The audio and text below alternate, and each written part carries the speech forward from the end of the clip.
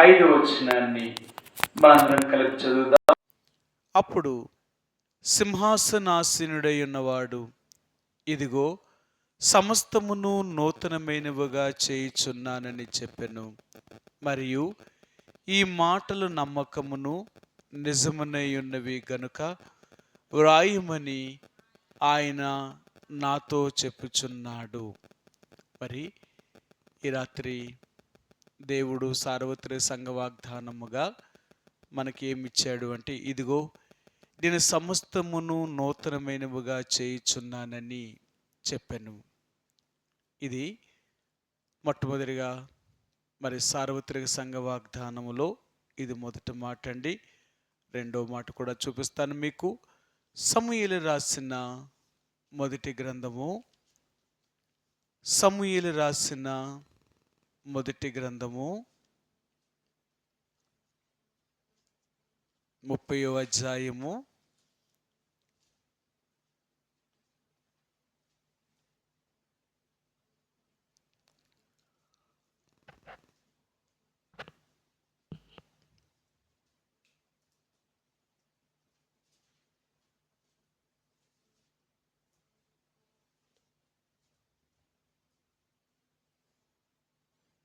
19వ వచనాన్ని చదువుదామండి. 30వ అధ్యాయము మొదటి సమూయేలు రాసిన గ్రంథము 30వ అధ్యాయము 19వ వచనాన్ని మనం చదువుదాం. 30వ అధ్యాయము సమూయేలు రాసిన మొదటి గ్రంథము 30వ అధ్యాయము 19వ వచనాన్ని చదువుదామండి. మనందరం కలిపి చదువుదాం. కుమారులు ఏమి, కుమార్తెలేమి, దోపుడు సొమ్మేమి, వారు ఎత్తుకొని పోయిన దాన్నంతటిలో కొద్దిదేమి గొప్పదేమి ఏదియూ తక్కువ కాకుండా దావీదు సమస్తమును రక్షించెను. ఇది మూడవ మాట అండి. రెండవ మాట అండి, దావీదు సమస్తమును రక్షించెను. సరే, ఈ సమయంలో మరొకసారి మూడవ మాటను కూడా చదువుదాం. యోవేలు గ్రంథము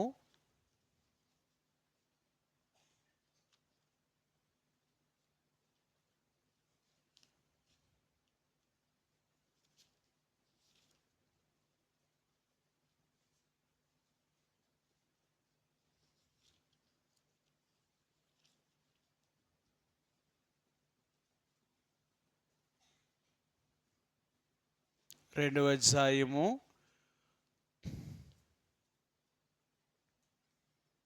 25వ వచనం అండి. యోవేలు గ్రంథము 2వ అధ్యాయము 25వ వచనాన్ని మరి మనం చదువుదామండి. మనం కలిపి చదువుదాం. పేజీ నెంబరు 753 పేజీ అండి. పేజీ నెంబరు 753, యోవేలు గ్రంథము 2వ అధ్యాయము 25వ వచనం. మీరు కడుపారా తిని తృప్తి పొంది మీ కొరకు వింత కార్యములను జరిగించిన మీ దేవుడిని యెహోవా నామమును స్తుతించినట్లు నేను పంపిన మిడతలను, గొంగళ పురుగులను, పసర పురుగులను, చేడు పురుగులను అను నా మహాసైన్యము తినివేసిన సంవత్సరముల పంటను మీకు మరలా నిత్తును. ఆయన అంటున్నాడు, మిడతలు, గొంగళ పురుగులు, పసర పురుగులు, చేడు పురుగులను తినివేసిన పంటను మీకు మరలా నిస్తును. అందుకని ఈ సంవత్సరం యొక్క మాటలో ఇది చివరి మాట అన్నమాట. కాబట్టి దేవుని యొక్క ప్రజలుగా ఏమైతే నష్టపోయారో, ఇంతవరకు ఏమైతే పోగొట్టుకున్నారో వాటినన్నిటినీ దేవుడు మరలా సమకూర్చాలని, మరలా మనకు దేవుడు అనుగ్రహించాలని ఆయన ఇష్టపడుతూ, దేవుని యొక్క ప్రజలుగా, ఆయన రక్తము చేత కొనబడిన దేవుని యొక్క ప్రజలకు మరి దేవుని యొక్క ఆత్మ చేత ఇవి ప్రేరేపించబడి దైవజనులైన వారు తీసిన ఈ మాటలు. కాబట్టి కొంత సమయం ఆరాధనకి వెళ్ళే ముందుగా ఈ నూతనమైన సంవత్సరంలో ప్రభువుని స్తుతించి ఆరాధించే ముందుగా కొన్ని విషయాలు మరి ఈరోజు మనం జ్ఞాపకం చేసుకుందామండి. ఈ సమయంలో మనం ఆరాధనకి వెళ్ళే ముందుగా మరి ప్రకటన గ్రంథము 21వ అధ్యాయములో ఈ 5వ వచనములో దేవుడు ఆయన దైవజనుడైన లేక ఆయన శిష్యుడైన అపోస్తలుడిగా పిలువబడిన యోహాను పద్మాసు ద్వీపములో పరవాసిగా ఉన్నప్పుడు, ఆ ద్వీపములో తను ఉన్నప్పుడు దేవుడు అతన్ని ఆత్మరూపిగా అతన్ని తీసుకుని వెళ్ళి అక్కడ దేవుడు ఏమైతే చేశాడో లేకపోతే ఏమైతే చేయబోతున్నాడో వాటన్నిటినీ ఆయనకి తెలియచేశాడు. ఈ 21వ అధ్యాయంలో ముఖ్యంగా మనం చూస్తే ఆయన మరి క్రొత్త ఆకాశమును క్రొత్త భూమిని ఆయన సృష్టించి ఇంక ఏమి ఉండవో ఏవి ఉంటాయో ఈ అధ్యాయం అంతట్లో ఆయన జ్ఞాపకం చేస్తున్నాడు అన్నమాట. ఇప్పుడు ఆయన ఏం చెప్తున్నాడు అంటే, ఇదిగో నేను సమస్తమును నూతనమైనవిగా చేయుచున్నాను. అంటే అది వరకు ఉన్నవి నూతనమైనవి కావా, లేక ఇప్పుడే దేవుడు మరలా నూతనమైనవిగా చేస్తున్నాడా? ఎందుకు దేవుడు ఈ మాటలు వాడుతున్నాడు అంటే, నిజమే, దేవుడు కలగజేసిన ఆ భూమి ఆకాశమును, దేవుడు ఈ భూమి మీద ఉన్న సర్వాన్ని సమస్తాన్ని నాశనము చేసిన తర్వాతే మరలా ఒక క్రొత్త భూమిని క్రొత్త ఆకాశాన్ని సృష్టించాలనుకుంటున్నాడు ఆయన. ఆయన సమస్తాన్ని నూతనమైనవిగా చేయాలి అనుకుంటున్నాడు ఆయన. ఎందుకంటే పాత ఆకాశములో పాత భూమిలో అక్కడ ఏది కూడా మరి సంతోషకరమైనది సుఖకరమైనది ఏది కూడా లేదు. ఆయన అంటాడు, సరే మీకు ఆ మాట చూపిస్తాను. 21వ అధ్యాయములో ఆయన ఏమన్నాడో మీకు చూపిస్తాను. 4వ వచనమండి, 21:4. ఆయన వారి కన్నుల ప్రతి భాష బిందువును తుడిచివేయును, మరణము ఇక ఉండదు, దుఃఖమైనను ఏడుపైనను వేదన అయినను ఇక ఉండదు, మొదటి సంగతులు గతించిపోయినని సింహాసనములో నుండి వచ్చిన గొప్ప స్వరము చెప్పుట వింటిని. అంటే మొదటి ఆకాశము మొదటి భూములు ఉన్న పరిస్థితులు ఎలాగున్నవంటే, ఈరోజు భూమి మీద ఉన్న ప్రతి మానవుడు కూడా నెమ్మది లేనివాడై, సుఖము లేనివాడై, సంతోషము లేనివాడై, ఏడుపుతో వేదనతో దుఃఖముతో అనేకమైన సమస్యలతో మానవుడు బంధించబడి ఇలాంటి విచారకరమైన బాధలు గుండా వెళ్తున్నాడు. కాబట్టి ఎవరైతే యేసు ప్రభువుని నమ్ముకుంటారో, నమ్మిన ప్రతి వ్యక్తికి కూడా దేవుడు ఇక వారికి బాధ కానీ కష్టము కానీ దుఃఖము కానీ ఏడుపు కానీ వేదన కానీ ఇలాంటివి ఏవీ లేకుండా మనలందరినీ సంతోషకరమైన జీవితాన్ని అనుభవించేలాగా ఒక క్రొత్త సృష్టిలోనికి తీసుకువెళ్ళాలనుకుంటున్నాడు ఆయన. అందుకనే ఈ క్రొత్త సృష్టి అనగా ఈ నూతనమైన సృష్టిలోనికి తీసుకువెళ్ళాలనుకుంటున్నాడు. సరే ఇంకొక మాట కూడా చూపిస్తాను, దీనికి సంబంధించిన మాటే చూపిస్తాను. మొదటి యోహాను రాసిన పత్రిక, యోహాను రాసిన మొదటి పత్రిక 2వ అధ్యాయము,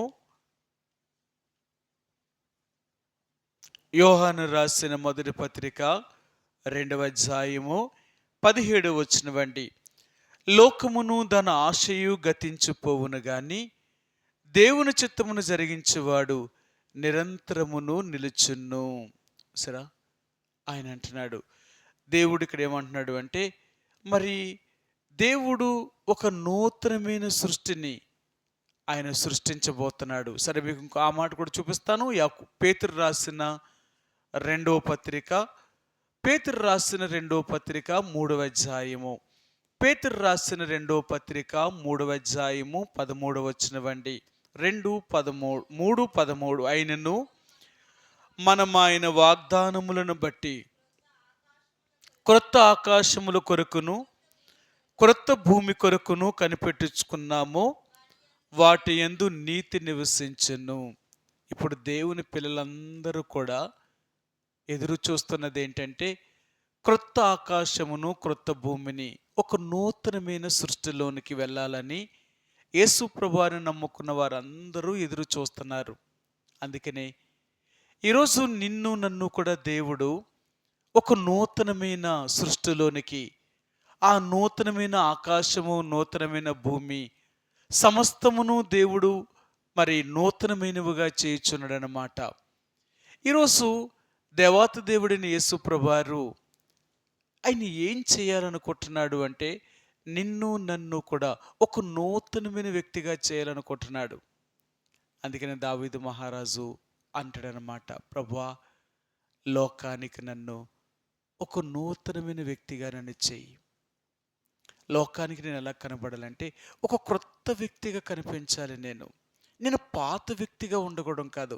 ఒకప్పుడు లోకములో నేను ఎరగక ముందు నేను ఎలాగున్నానో కానీ, ఇప్పుడు నేను ఎరిగిన తర్వాత నేను అలాగ ఉండకూడదు. లోకంలో ఒక క్రొత్త వ్యక్తిగా, ఒక నూతనమైన వ్యక్తిగా నేను కనపడాలి లోకానికి. అందుకనే నన్ను ఒక నూతనమైన వ్యక్తిగా మార్చు, ఒక నూతనమైన వ్యక్తిగా నన్ను చేయి. కాబట్టి దేవుని బిడ్డలుగా ఈరోజు ప్రకటన గ్రంథము ఈ 21వ అధ్యాయం 5వ వచనంలో, ఇదిగో ఆయన సమస్తమును నూతనమైనవిగా చేయుచున్నాడు. యేసు ప్రభువుని ఎరగక ముందు నీ జీవితము ఎలాంటి స్వభావం కలిగిన వ్యక్తివైనా, యేసు ప్రభువుని ఎరిగిన తర్వాత మాత్రం నువ్వు ఒక క్రొత్త సృష్టి. అందుకనే మరొక మాట కూడా మీకు చూపిస్తాను. ఎఫెసీయులకు రాసిన పత్రికలో అపోస్తలుడైన పౌలు ఈ ఎఫెసీలో ఉన్న దేవుని ప్రజలకు ఆయన ఈ మాటను ఆయన తెలియచేస్తూ వచ్చాడు. ఆయన ఏం తెలియచేశాడో మీకు చూపిస్తాను. ఎఫెసీయులకు రాసిన పత్రిక 2వ అధ్యాయము 10వ వచనమండి. 2:10. ఎఫెసీయులకు రాసిన పత్రిక 2వ అధ్యాయము 10వ వచనమండి. మరియు వాటి యందు మనం నడుచుకొనవలెనని దేవుడు ముందుగా సిద్ధపరిచిన సత్క్రియలను చేయుటకై మనం క్రీస్తు యేసునందు సృష్టించబడిన వారిమై ఆయన చేసిన పని అయి ఉన్నాము. ఇప్పుడు ఆయన అంటున్నాడు, ఒకప్పుడు నీవు నేను కూడా మన క్రొత్త సృష్టిగా చేయబడలేదు, ఆయన చేత నిర్మించబడలేదు. కానీ ఇప్పుడు మాత్రము ఆయన అన్నాడు, మీరు ఆయన చేసిన పని అయి ఉన్నారు. ఆయన యందు మీరు సత్క్రియలను చేయుటకై, ముందుగా సిద్ధపరిచిన సత్క్రియలను చేయుటకై యేసు ప్రభువుని అంగీకరించిన నీవు నేను కూడా ఇప్పుడు నూతనమైన వ్యక్తిగా చేయబడాలి. సరే, ఇక్కడే చూపిస్తాను మీకు ఆ మాటను కూడా. అపోస్తలుడైన పౌలు ఎఫెసీయులకు రాసిన పత్రికలో ఇంకా ఆయన ఏమన్నాడో చూపిస్తాను మీకు. 4వ అధ్యాయము, ఎఫెసీయులకు రాసిన పత్రిక 4వ అధ్యాయము 23-24 వచనాలండి. 23-24 వచనాలు. మీ చిత్త వృత్తి యందు నూతన పరచబడిన వారై నీతియు యథార్థమైన భక్తియు గలవారై దేవుని పోలికగా సృష్టించబడిన నవీన స్వభావము ధరించుకొనవలెను. ఆయన అంటున్నాడు, దేవుని పోలికగా సృష్టించబడిన నవీన స్వభావము, ఒక క్రొత్త జీవితము, ఒక క్రొత్త స్వభావము. అందుకనే యేసు ప్రభువుని ఎరిగిన వారందరూ ఎలాగుంటారు అంటే ఒక నూతనమైన జీవితం అన్నమాట, ఒక క్రొత్త జీవితం. అందుకని అంటారు, లోకం చూసేటప్పుడు మనం ఎలా కనపడాలంటే, ఇంతకు ముందున్న వ్యక్తివి కాదు నువ్వు, అప్పటికి ఇప్పటికి చాలా మారిపోయావు. నువ్వు మారిపోయావు. ఏంటి మారావు? మన స్వభావం మారిందన్నమాట. యేసు ప్రభువుని ఎరిగిన నువ్వు నేను కూడా మనం పాత స్వభావం కలిగిన వ్యక్తులం కాదు, ఒక క్రొత్త స్వభావంలోనికి వచ్చిన వారము, ఒక నూతనమైన అనుభవంలోనికి వచ్చిన వారము. అందుకనే ఈరోజు దేవుడు అంటున్నాడు, ఇదిగో నేను సమస్తమును నూతనమైనవిగా చేయుచున్నాను. ఎందుకు దేవుడు మరలా ఒక క్రొత్త దాన్ని సృష్టించాలనుకుంటున్నాడు? ఎందుకు సమస్తాన్ని దేవుడు నూతనమైనగా చేయాలనుకున్నాడు అంటే, పాతవి నాశనానికి లేక చెడిపోయడానికి అవన్నీ నాశనం అయిపోయాయి. అందుకనే మళ్ళా ఒక దేవుడు తన ప్రజల కొరకే ఒక క్రొత్త ఆకాశాన్ని, క్రొత్త భూమిని ఏర్పాటు చేసి అక్కడ వారికి తీసుకుని వెళ్ళి వారికి ఇంక ఏడుపైనను, వేదనైనను, దుఃఖమైనను ఇంకేమీ లేకుండా చేసి వారికి ఎప్పుడూ సంతోషకరమైన జీవితాన్ని ఇవ్వాలనుకుంటున్నాడు. యేసు ప్రభువారిని నమ్ముకున్న వారందరికీ కూడా ఎంతో సుఖమైన, సంతోషకరమైన జీవితాన్ని ఇవ్వాలనుకుంటున్నాడు. అందుకన్నాడు ఆయన, అవన్నిటినీ క్రొత్తగా చేయాలనుకుంటున్నాడు ఆయన. అంటే పాతదేమైంది? కొన్ని మాటలు మీకు చూపిస్తాను. ఎందుకంటే ఈ భూమి మీద ఏమైతే ఉన్నాయో అవి పరలోకంలో ఉండవు. ఇప్పుడు మనం చూస్తున్నవేమీ కూడా దేవుడు సృష్టించబోతున్న ఆ క్రొత్త ఆకాశములో, క్రొత్త భూమిలో ఇవేవి ఉండవు. అన్నీ కొత్తగా చేయబడుతున్నాయి అన్నమాట. పాతవన్నీ గతించిపోతున్నాయి. ఏంటి పాతవి? అసలు ఏమున్నాయి పాతవి? ఉండబోయే కొత్తవేంటి? ఇవి తెలుసుకోగలిగితే నిజంగా దేవుడు నీ ఎడల, నా ఎడల ఆయన ఎలాంటి ప్రణాళిక కలిగి ఉన్నాడో మనకు అర్థమవుతుంది. సరే, ఇప్పుడు మీకు చూపిస్తాను. ప్రకటన గ్రంథము 21వ అధ్యాయము. ఈ యొక్క అధ్యాయంలోనికి వెళదాం. ప్రకటన గ్రంథము 21వ అధ్యాయము 1-2 వచనాలండి. అంతట నేను క్రొత్త ఆకాశమును, క్రొత్త భూమిని చూచితిని. మొదటి ఆకాశమును, మొదటి భూమియు గతించిపోయెను, సముద్రము ఇకను లేదు. ఇప్పుడు ఆయన ఏం చెప్తున్నాడు అంటేనంట, ఇప్పుడు యోహానికి దేవుడు పద్మాసు దీపంలో ఆత్మవశుడై దేవుడు ఆయన తీసుకుని వెళ్ళినప్పుడు దేవుడు నిర్మించబోతున్న క్రొత్త ఆకాశాన్ని, క్రొత్త భూమిని ఆయనకు చూపించాడట.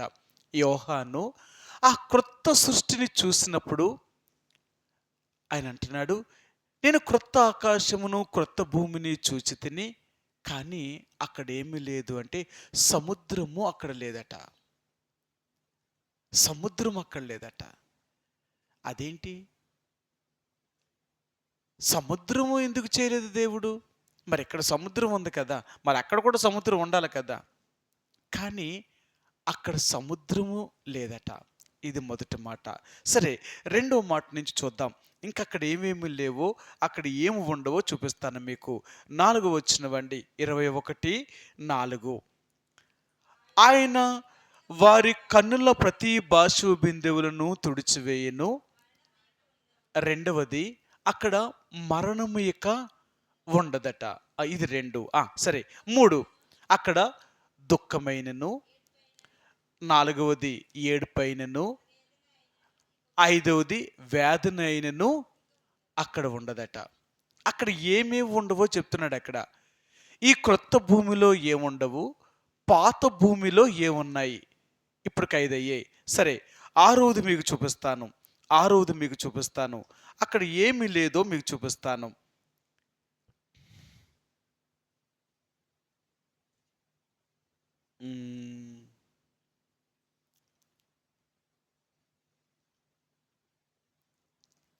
ఇరవై 22వ అధ్యాయము 3వ వచనమండి. 22:3. ఇక మీదట శాపగ్రస్తమైనది ఏదియు దానిలో ఉండదు. సరే, అక్కడ ఏముండదట? 6వది, శాపగ్రస్తమైనది ఏదియు అక్కడ ఉండదట. సరే, ఇది 6. 7వది మీకు చూపిస్తాను. 5వ వచనమండి. 5వ వచనం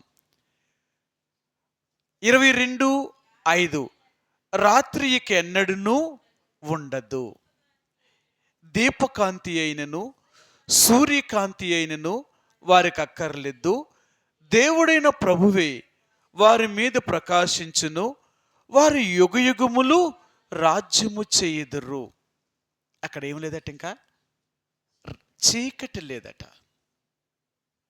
ఇప్పుడు 7, ఈ భూమి మీద ఉన్నవేంటి?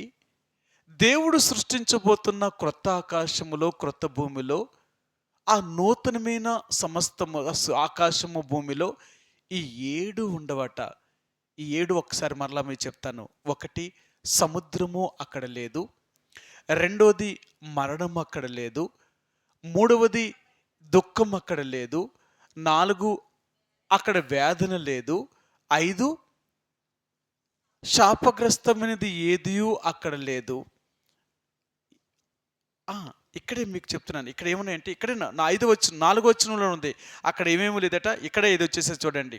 1 సముద్రము లేదు, 2 మరణము లేదు, 3 దుఃఖము లేదు, 4 ఏడుపు లేదు, 5 వేదన లేదు, 6 అక్కడ శాపగ్రస్తమైనది ఏదియూ లేదు, 7 అక్కడ చీకటి లేదు.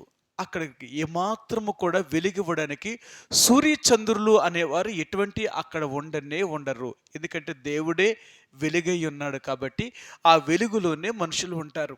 మరి ఏమీ లేకుండా ఎందుకు దేవుడు మనల్ని అంటే ఇవేమీ లేకుండా అక్కడ తీసుకెళ్ళాలనుకుంటున్నాడు?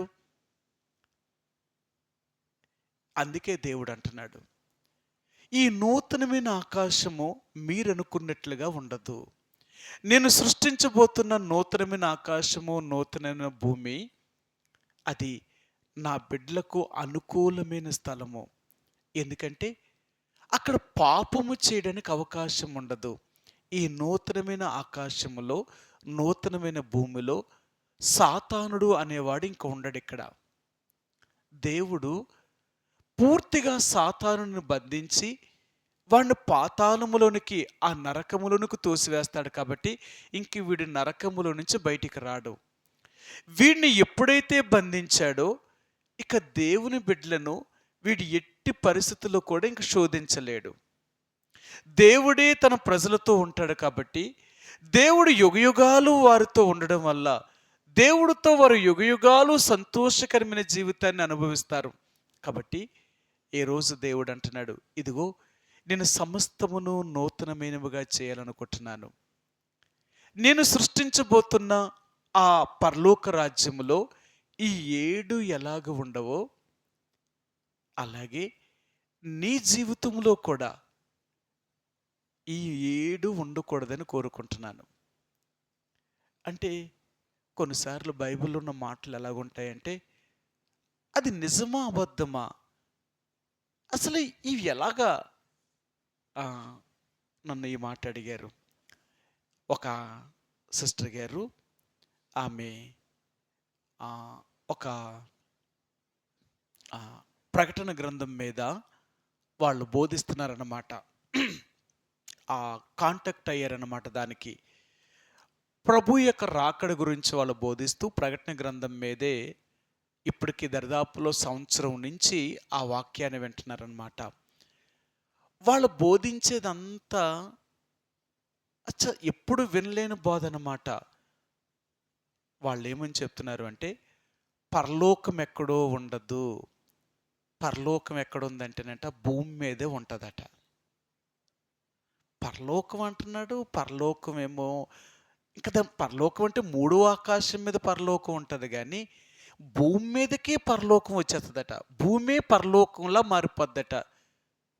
ఇలాగ వాళ్ళు చెప్తూ ఉంటే వాళ్ళకి డౌట్ వచ్చి నన్ను అడిగారు.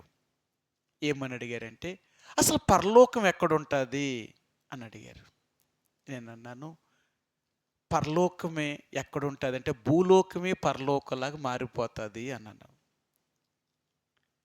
అది ఎలాగవుద్ది? కొరింథీయులకు రాసిన పత్రికలో అపోస్తలుడైన పౌలు అంటాడు, నేను 3వ ఆకాశమునికి వెక్కి వెళ్ళాను. నేను 3వ ఆకాశం మీద నేను దేవుణ్ణి చూశాను. అక్కడ ఎంతో సైన్యం ఉంది. పరలోకం అక్కడ కదా ఉండేది, మరి భూలోకం పరలోకం అంటారేంటి అన్నారు. నిజమే, దేవుడు మనందరినీ కూడా పరలోకం తీసుకువెళ్తలేదు, మరలా మనందరినీ భూలోకమే తీసుకొస్తున్నాడు. ఎలాగో మీకు చెప్తాను. ఎలాగంటే ఇప్పుడు యేసు ప్రభువారి 2వ రాకడ వచ్చింది అనుకోండి. 2వ రాకడ వచ్చినప్పుడు యేసు ప్రభు కంటే అంటే ఎవరైతే మరణించారో మరణించిన వారందరూ సజీవంగా లేచిపోతున్నారు. ఆ మీదట ఇంకా ఎవరైనా భూమి మీద ప్రాణముతో ఉంటే వీళ్ళు కూడా తమ శరీరాలను విడిచిపెట్టి మహిమా దేహములతో ఎక్కడికి వెళ్తున్నారు? రెండవ ఆకాశానికి వెళ్తున్నారు. అక్కడ ఏం జరుగుతుంది? గొర్రెపిల్ల యొక్క వివాహోత్సవం జరుగుతుంది. 1000 సంవత్సరములు పెండ్లు కుమార్తె సంఘము భూమి మీద నుంచి ఎత్తబడుతుంది మధ్యాకాశంలోనికి. యేసు ప్రభువారు పెండ్లు కుమారుడిగా పరలోకము నుండి ఆ మధ్యాకాశంలోనికి వస్తున్నాడు. భూమి మీదకి వస్తలేదు. వస్తాడా? యేసు ప్రభు భూమి మీదకి రాడు. అందుకని అంటాడు, బైబిల్ ఏం చెప్తుందంటే యేసు ఇక్కడికి వచ్చాడు, అక్కడికి వచ్చాడు, ఎంతోమంది చెప్తారు. ఇదన్నీ అబద్ధాలు. యేసు ప్రభు భూమి మీదకి రాడు. ఈ రెండవసారి యేసు ప్రభు ఎక్కడికి వస్తాడట? మధ్యాకాశంలోకి వస్తాడు, కానీ భూమి మీదకి రాడు కదా. సరే, భూమి మీదకి రాకుండా మధ్యాకాశంలో యేసు ప్రభు వారు 1000 సంవత్సరాలు గొర్రెపిల్ల యొక్క మహోత్సవం అక్కడ జరుగుతుంది. ఆ 1000 సంవత్సరాలు గడిచిన తర్వాత మళ్ళీ ఎక్కడికి వస్తున్నారట? ఆయన పరలోకం తీసుకెళ్తా లేదు. ఇక్కడ అదే చెప్పాడు ఆయన. ఇక్కడ ఏం చెప్తున్నాడంటే, సరే ఇక్కడ మీకు చూపిస్తాను, ఇక్కడ ఏం జరిగిందో చూపిస్తాను. 21వ అధ్యాయము 2వ వచనమండి. 21:2. మరియు నేను నూతనమైన యెరూషలేము అను ఆ పరిశుద్ధ పట్టణము తన భర్త కొరకు అలంకరింపబడిన పెండ్లి కుమార్తె వలె సిద్ధపరచబడి పరలోకమందున్న దేవుని యొద్ద నుండి దిగివచ్చుట చూచితిని. ఎక్కడి నుంచి దిగొచ్చిందంట? పరలోకము నుండి దేవుని యొద్ద నుండి దిగొచ్చిందంట. ఎక్కడికి వచ్చింది అంటేనంట, దేవుడు సృష్టించిన ఆ నూతనమైన ఆకాశము, నూతనమైన భూమిలోనికి దిగొస్తుందట. ఈ 1000 సంవత్సరాలు గడిచిన తర్వాత వీళ్ళందరూ మరలా భూమి మీదకి దిగి వస్తున్నారట. ఈ భూమి మీదకి వచ్చేటప్పుడు వీళ్ళతో పాటు ఇంకెవరు వస్తున్నారు? దేవుడు దిగొచ్చేస్తున్నాడు. ఇప్పుడు దేవుడు దిగొచ్చాడు అంటే దేవుడు ఎక్కడుంటే అక్కడే పరలోకం. ఇప్పుడు దేవుడు పరలోకంలో ఉన్నాడు కాబట్టి అక్కడ దుఃఖము లేదు, ఏడుపు లేదు, వెలుగు లేదు, ఇంకా చీకటి లేదు, ఇంకా అలాంటిది ఏమీ లేదు. దేవుడు ఎక్కడుంటాడో అక్కడ అంతా సంతోషమే. ఇప్పుడు అదే దేవుడు భూమి మీదకి వచ్చాడు అనుకోండి, ఇప్పుడు భూమి కూడా ఏమైపోతుంది? అంతే. మనం అనుకుంటున్నాం. అందుకని యేసుప్రభువారిని ఒక రోజు శిష్యులు అడిగారు, అయ్యా నీ రాజ్యం రాజ్యం రాజ్యం అంటున్నావు, అసలు నీ రాజ్యం ఎక్కడుందో చెప్పు అన్నారు. అప్పుడు ఆయన ఏమన్నాడు? ఓ అబ్బాయి, నా రాజ్యం ఎక్కడో లేదు, నా రాజ్యం మీ మధ్య ఉంది అన్నాడు ఆయన. మా మధ్య ఉందా? ఏది నీ రాజ్యం అన్నాడు. నా మాట వినే ప్రతి ఒక్కడు వాడు నా రాజ్యములో ఉన్నాడు. అంతే. ఇప్పుడు పరలోకం ఎక్కడుంది అంటే భూలోకంలోనే ఉంది. అందుకంటారు దేవుని బిడ్డలు ఎక్కడ ఉంటారో అదే పరలోకం. ఒకప్పుడు అనేవారు, భక్సింగ్ గారు ఉన్న దినాల్లో ఆ రోజుల్లో పరిశుద్ధ సమాజ కుడుకులకు అందరికీ వాళ్ళందరూ చెప్పేవారట, పరలోకం ఎక్కడుందంటే జెహోషామల మెడ్రాసులో ఉందిరా, మేము పరలోకం చూసినట్టు అనిపించేది మాకు. ఆ 9 రోజులు మేము పరిశుద్ధ సమాజకుడు వెళ్తే పరలోకం ఎక్కడో లేదు, మా మధ్యనే ఉండేది అంటే. ఆ 9 రోజులు వాళ్ళు ఎలాగ ఉండేవారంటే ఆ పాటలు పాడుతూ దేవుని వాక్యాన్ని వింటూ దేవుని సన్నిధినే గడిపేవారట. ఆ 9 రోజులు కూడా వారు అక్కడ ఎంతో సంతోషంతో ఉండేవారంటో. వాళ్ళు అనుకునేవారట, పరలోకం అంటే ఎలాగుంటుందా అని. నిజమండి. ఈరోజు దేవుడు అంటున్నాడు, ఈ పరలోకం ఎక్కడుంది అంటే మనలోనే స్థాపించాలనుకుంటున్నాడు ఆయన. ముందదే అంటున్నాడు, నీ ఇల్లు సంతోషంగా ఉండాలి అంటే ముందు నువ్వు సంతోషంగా ఉండాలా. అంతేనా? మనం అనుకుంటాం ఏదో పెద్ద ఇల్లు కట్టేసుకొని, మనం ఇల్లు కట్టేసుకుంటే సంతోషం వస్తుంది అనుకుంటాం. ఇల్లు కట్టుకుంటే సంతోషం రాదు. ముందు మనలో సంతోషం ఉంటే మన ఇంటికి సంతోషం ఉంటుంది. సరే మీకు ఆ మాట చూపిస్తాను. కీర్తనకారుడైన దావీదు ఆయన ఏం వాడాడో చూపిస్తాను, ఆయన ఏం చెప్పాడో చూపిస్తాను. కీర్తన గ్రంథము 118వ కీర్తన, కీర్తన గ్రంథము 118వ కీర్తన 118:15 వచనమండి. 118:15 వచనం.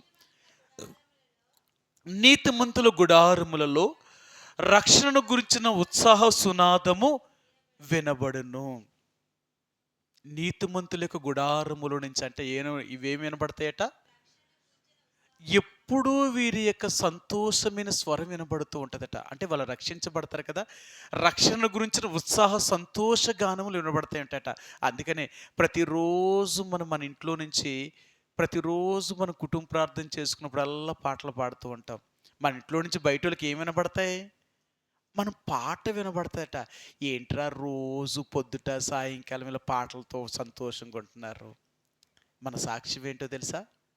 అదంట. అందుకని ప్రారంభ దినాల్లో దైవజనుడు భక్సింగ్ గారు ఆయన సంఘాన్ని స్థాపించినప్పుడు ఆయన దగ్గరికి వచ్చే వాళ్ళందరికీ ఈ మాట చెప్పువాడట. ఏమని చెప్పువాడంటే, మీరు ఆదివారము మీ ఇంటి దగ్గర నుంచి మందిరానికి వచ్చేటప్పుడు మీరు ఎలా రావాలో తెలుసా? పాటలు పాడుకుంటూ రావాలట.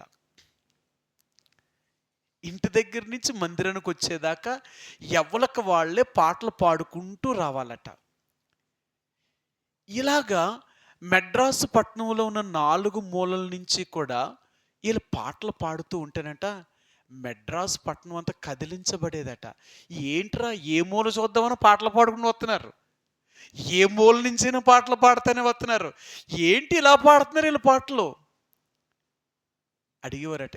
ఏటయ్యా వెళ్ళేవారు మీరు వెళ్ళాలి కానీ పాటలు పాడుకుంటూ వెళ్ళడం ఏంటి అని అడిగితే అప్పుడు చెప్పువారట, మాలో ఉన్న సంతోషము, చూసారా, మాలో ఉన్న ఆనందము, దేవుని యొక్క బిడ్డలుగా రక్షించబడిన వారి యొక్క హృదయములో నుంచి సంతోషకరమైన పాటలు వినబడుతూ ఉంటాయండి. అందుకని అంటారు దేవుని బిడ్డలంట గాన ప్రతిగానములు చేస్తూ ఉంటారట. ఇప్పుడు పరలోకంలో దేవుని దూతలు ఏం చేస్తున్నాయి? అదే పని. అవి ఏం చేస్తున్నాయంట? రోజు గాన ప్రతిగానము చేస్తున్నాయంట. పాటలు పాడడమే మొదలు పెడుతున్నాయంట. ఆగడం ఏమీ లేదు, అవి పాటలు పాడుతున్నాయి. ఇప్పుడు రక్షించబడిన వారి యొక్క హృదయములో కూడా ఇదే పాటలు పాడుతూ ఉంటారట. సరే, మీకు ఆ మాట కూడా చూపిస్తాను. యెషయా గ్రంథము 51వ అధ్యాయము, యెషయా గ్రంథము 51వ అధ్యాయము, యెషయా గ్రంథము 51వ అధ్యాయము 11 వచ్చినవండి. 51:11. యెహోవా విమోచించిన వారు సంగీత నాదములతో సియోనుకు తిరిగి వచ్చెదరు. నిత్య సంతోషము వారి తలల మీద ఉండును. వారు సంతోష ఆనందములు గలవారగుదురు. దుఃఖమును నిట్టూర్పును తొలగిపోవును. ఇప్పుడు రక్షించబడిన దేవుని యొక్క ప్రజల్లో ఏముండదంట? దుఃఖము కానీ నిట్టూర్పులు కానీ ఉండవట. అందుకనే దేవుని యొక్క ప్రజల యొక్క ఇంట్లో సనుగులు కానీ గొనుగులు కానీ ఉండవట. దేనికి సనగరట వీళ్ళు, దేనికి గొనుక్కోరట. ఎందుకు? సనుగులు గొనుగులు ఎప్పుడు వస్తాయి? దేవుడు లేనప్పుడు. ఇంకా ఈ లోకంలో ఎన్నో సమస్యలు కదా, ఏ తక్కువైనా సనగడమే మొదలెడతాం. నువ్వు మాకు అది లేదు, మాకు ఇది లేదు, అలాంటిది ఇది ఇలా. కానీ అంటున్నాడు ఇప్పుడు దేవుని యొక్క ప్రజలట ఏమీ లేకపోయినా ఎప్పుడూ సనగరట. ప్రభువా, లేనప్పుడు కూడా వీళ్ళు దేవుణ్ణి స్తుతిస్తారట. ప్రభువా, పోన్లే ఇది మాకు లేకపోయినా సరే నీకు వందనాలు. అర్థమైందా? ఇది మాకు ఇవ్వకపోయినా నీకు దేవునికి స్తోత్రము, ఇలా జరగకపోయినా ప్రభువా నీకు వందనాలు, ఏదైనా నీకే స్తుతి. అందుకని అంటారు దేవునికి ఏ పరిస్థితులైనా దేవుని ప్రజలు స్తుతిస్తూనే ఉంటారు. మనందరికీ తెలుసు కదా, యోబు అంటాడు కదా, ఏమంటాడు? అమ్మా, అన్నీ ఇచ్చినప్పుడు మనం అనుభవించాం కానీ ఇప్పుడు దేవుడు ఏమీ తీసేసినందుకు దేవుడు చెడ్డోడంటమ్మా. అలా అనకూడదు. ఎందుకంటే ఏది జరిగినా దేవుని నామమునకు స్తుతి కలుగును గాక. మన ద్వారా ఎప్పుడూ ఆయన నామం గణపరచబడుతూనే ఉండాలి. లేకపోయినా ఉన్నా సరే దేవుని బిడ్డలు ఎప్పుడూ కూడా సంతోషము కలిగిన వారు. మనందరికీ తెలుసు, భక్సింగ్ గారి యొక్క సాక్ష్యం మీద ఈ మాట రాయబడి ఉంటుంది. ఏ మాట? చెప్పనసఖ్యమును మహిమాయుక్తమైన సంతోషము కలిగిన వారై. యేసుప్రభువారిచ్చే సంతోషం ఎలాంటిది అంటేనట, అసలు చెప్పనసఖ్యమంట, దాన్ని వర్ణించలేమంట. అలాంటి సంతోషాన్ని యేసుప్రభువుని నమ్ముకున్న వారందరూ పొందుతారన్నమాట. నువ్వు ఎప్పుడైతే యేసుప్రభువు నీ హృదయంలోనికి వస్తాడో ఆ రోజు నుంచి నీ హృదయం ఎలాగుంటుందంటే సంతోషంతో పొంగుతూ ఉంటుంది అన్నమాట. సంతోషం అన్నమాట. అది ఎలాంటి సంతోషం అంటే, ఈ లోకంలో ఏమున్నా ఏమి లేకపోయినా నీ సంతోషం మాత్రం పోదట. అలాంటి సంతోషము. అందుకనే ఈరోజు దేవుడు అంటున్నాడు, నేను సమస్తమైన అంటే నిన్ను ఒక నూతనమైన వ్యక్తిగా నేను చేయాలనుకుంటున్నాను. ఈరోజు దేవుడు ఈ 2025 సంవత్సరంలో మనం ప్రవేశించే ముందు ఈ సంవత్సరం యొక్క వాగ్దానంలో మొదటి మాట ఏంటంటే, ఇదిగో నేను సమస్తమును నూతనమైనవిగా చేయాలనుకుంటున్నాను. నేను మొట్టమొదటిగా ఏం చేయాలనుకుంటున్నాను తెలుసా? నీ జీవితాన్నే ఒక నూతనమైన స్వభావంలోనే తీసుకురావాలనుకుంటున్నాను. లోకానికి నిన్ను ఒక క్రొత్త వ్యక్తిగా చూపించాలనుకుంటున్నాను. అందుకనే నీ పాతవన్నీ తీసివేసి నిన్ను క్రొత్త వ్యక్తిగా చేయాలనుకుంటున్నాను. మనందరికీ తెలుసు, కొరింథీయులకు రాసిన 2వ పత్రిక 1వ అధ్యాయంలో చెప్తాడు కదా, ఇదిగో కాగా ఎవడైనను క్రీస్తునందు ఉన్న ఎడల వాడు నూతన సృష్టి, పాతవి గతించెను, ఇదిగో క్రొత్తవాయెను. యేసు ప్రభువారి దగ్గరికి వచ్చిన ప్రతి వ్యక్తిని కూడా ఆయన మొదట చేసేది ఏంటంటే, నీ పాత స్వభావాన్ని తీసివేసి నిన్ను ఒక క్రొత్త వ్యక్తిగా దేవుడు చేయాలని, ఒక నూతనమైన వ్యక్తిగా చేయాలని, నీలో ఉన్న పాత స్వభావం అంతా తీసివేయాలని ఈరోజు దేవుడు అడుగుతున్నాడు. నువ్వు రక్షించబడ్డాను అంటున్నావు, నువ్వు దేవుని యొక్క సన్నిధిలోనికి వచ్చావు, నువ్వు దేవుని బిడ్డను అంటున్నావు. ఇప్పటికే నేను అడుగుతున్నాడు, నువ్వు ఒక నూతనమైన వ్యక్తిగా చేయబడ్డావా? నీ పాత స్వభావం పోయిందా?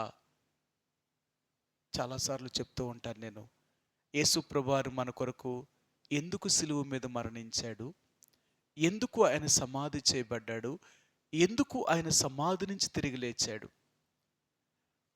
ఈ మూడాటిల్లోనే సువార్త చేయబడింది.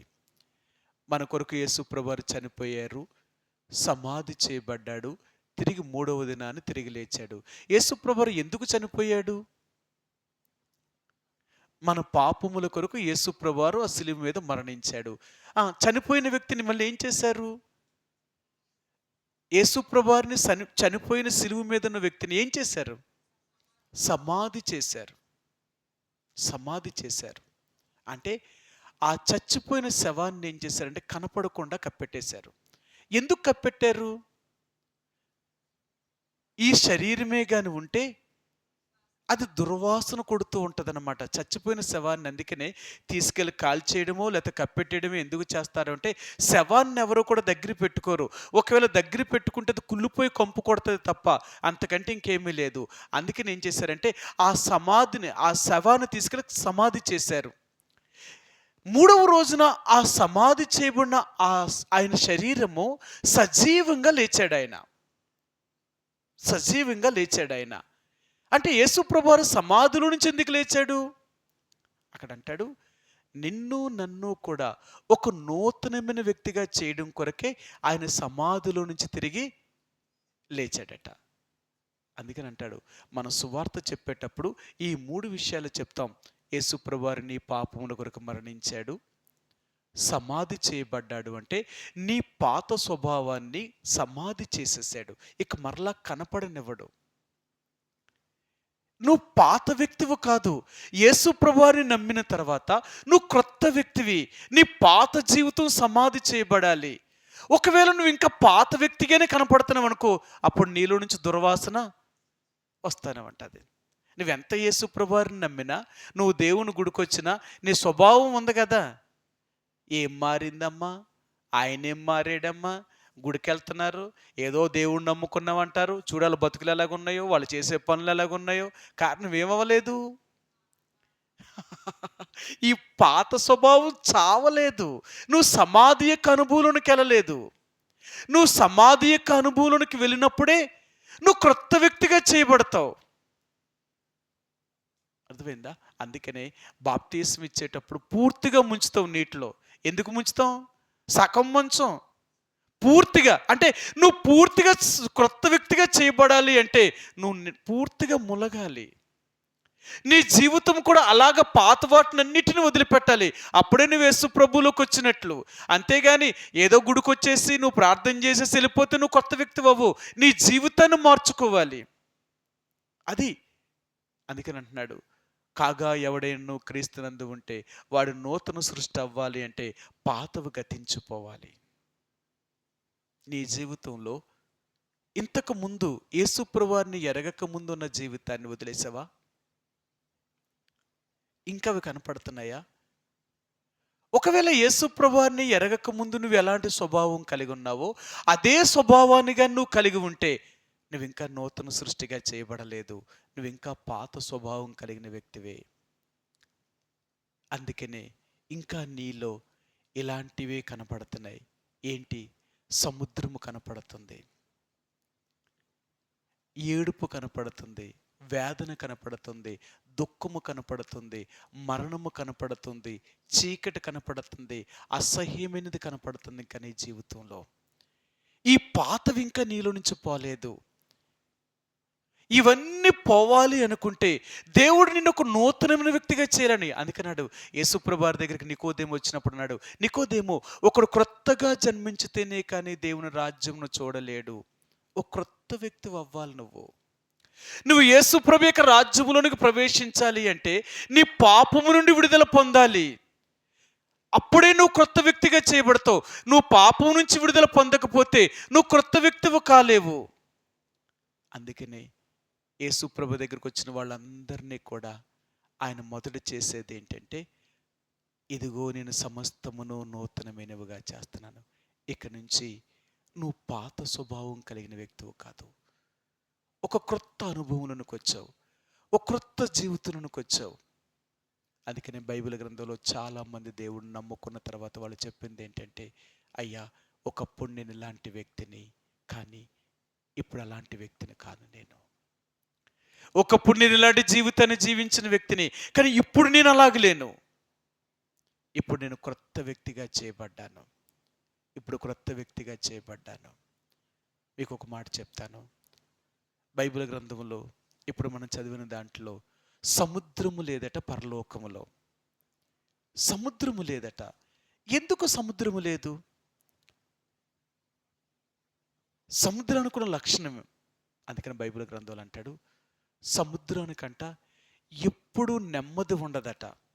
అవునా? మీరు సముద్రం దగ్గరికి వెళ్ళి చూడండి, ఎప్పుడు సముద్రం ఎలాగుంటుందట? అలల చేత ఆ ఘోష వినపడుతూనే ఉంటుందట. అందుకని అన్నాడు, యేసు ప్రభువారిని ఎరగిన వారి యొక్క హృదయం ఎలాగుంటుందట తెలుసా? దుష్టులకు నెమ్మది ఉండదట. అవునా? సముద్రానికి ఎలాగ నెమ్మది లేదో యేసు ప్రభువారిని ఎరగిన వారికి కూడా నెమ్మది ఉండదట. సరే, మీకు ఆ మాట కూడా చూపిస్తాను. యెషయా గ్రంథంలోనే చూపిస్తాను మీకు. యెషయా గ్రంథము ఇక్కడ ఏం చెప్పాడో మీకు ఆ మాట చూపిస్తాను. యెషయా గ్రంథము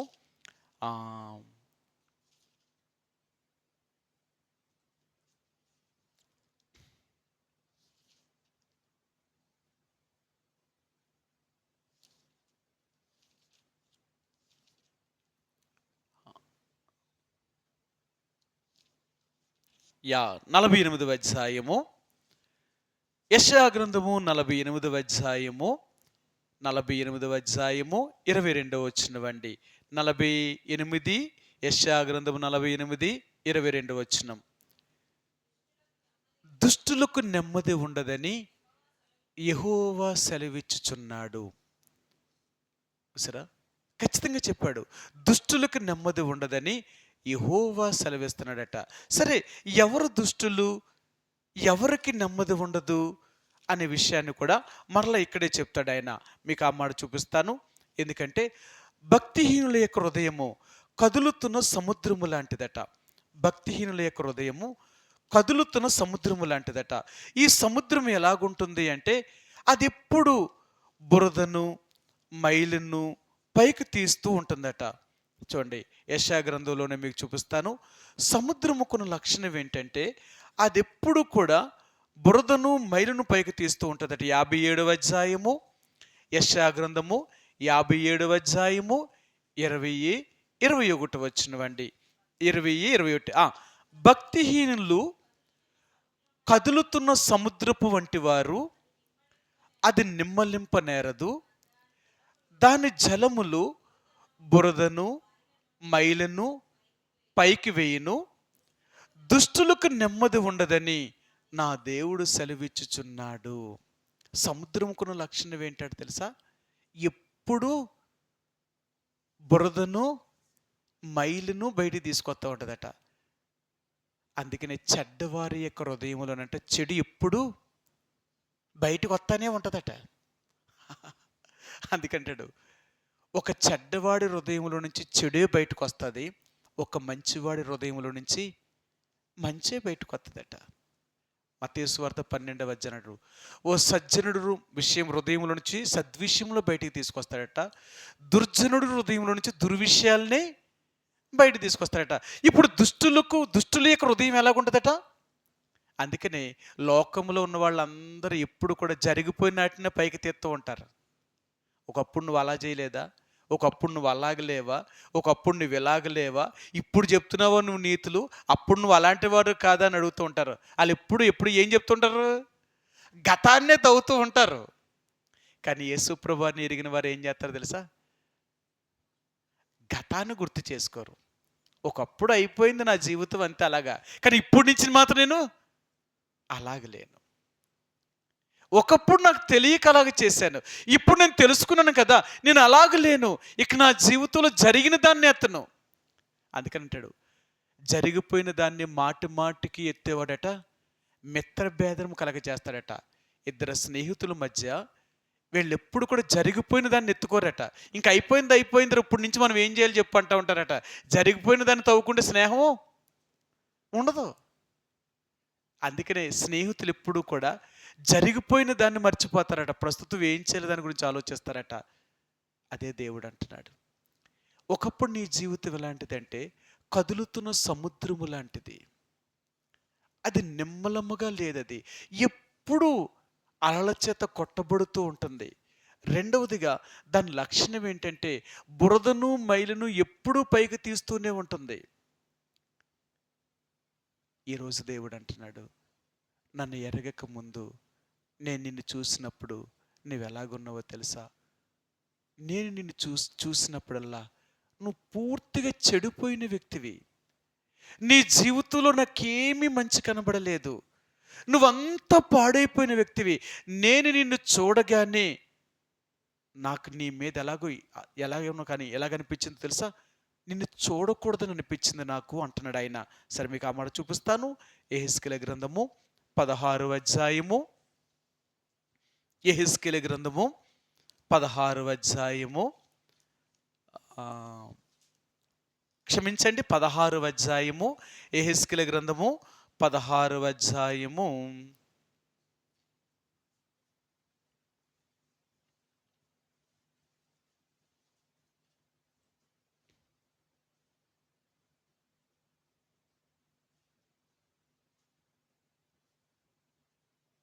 5వ వచనం అండి. 16:5,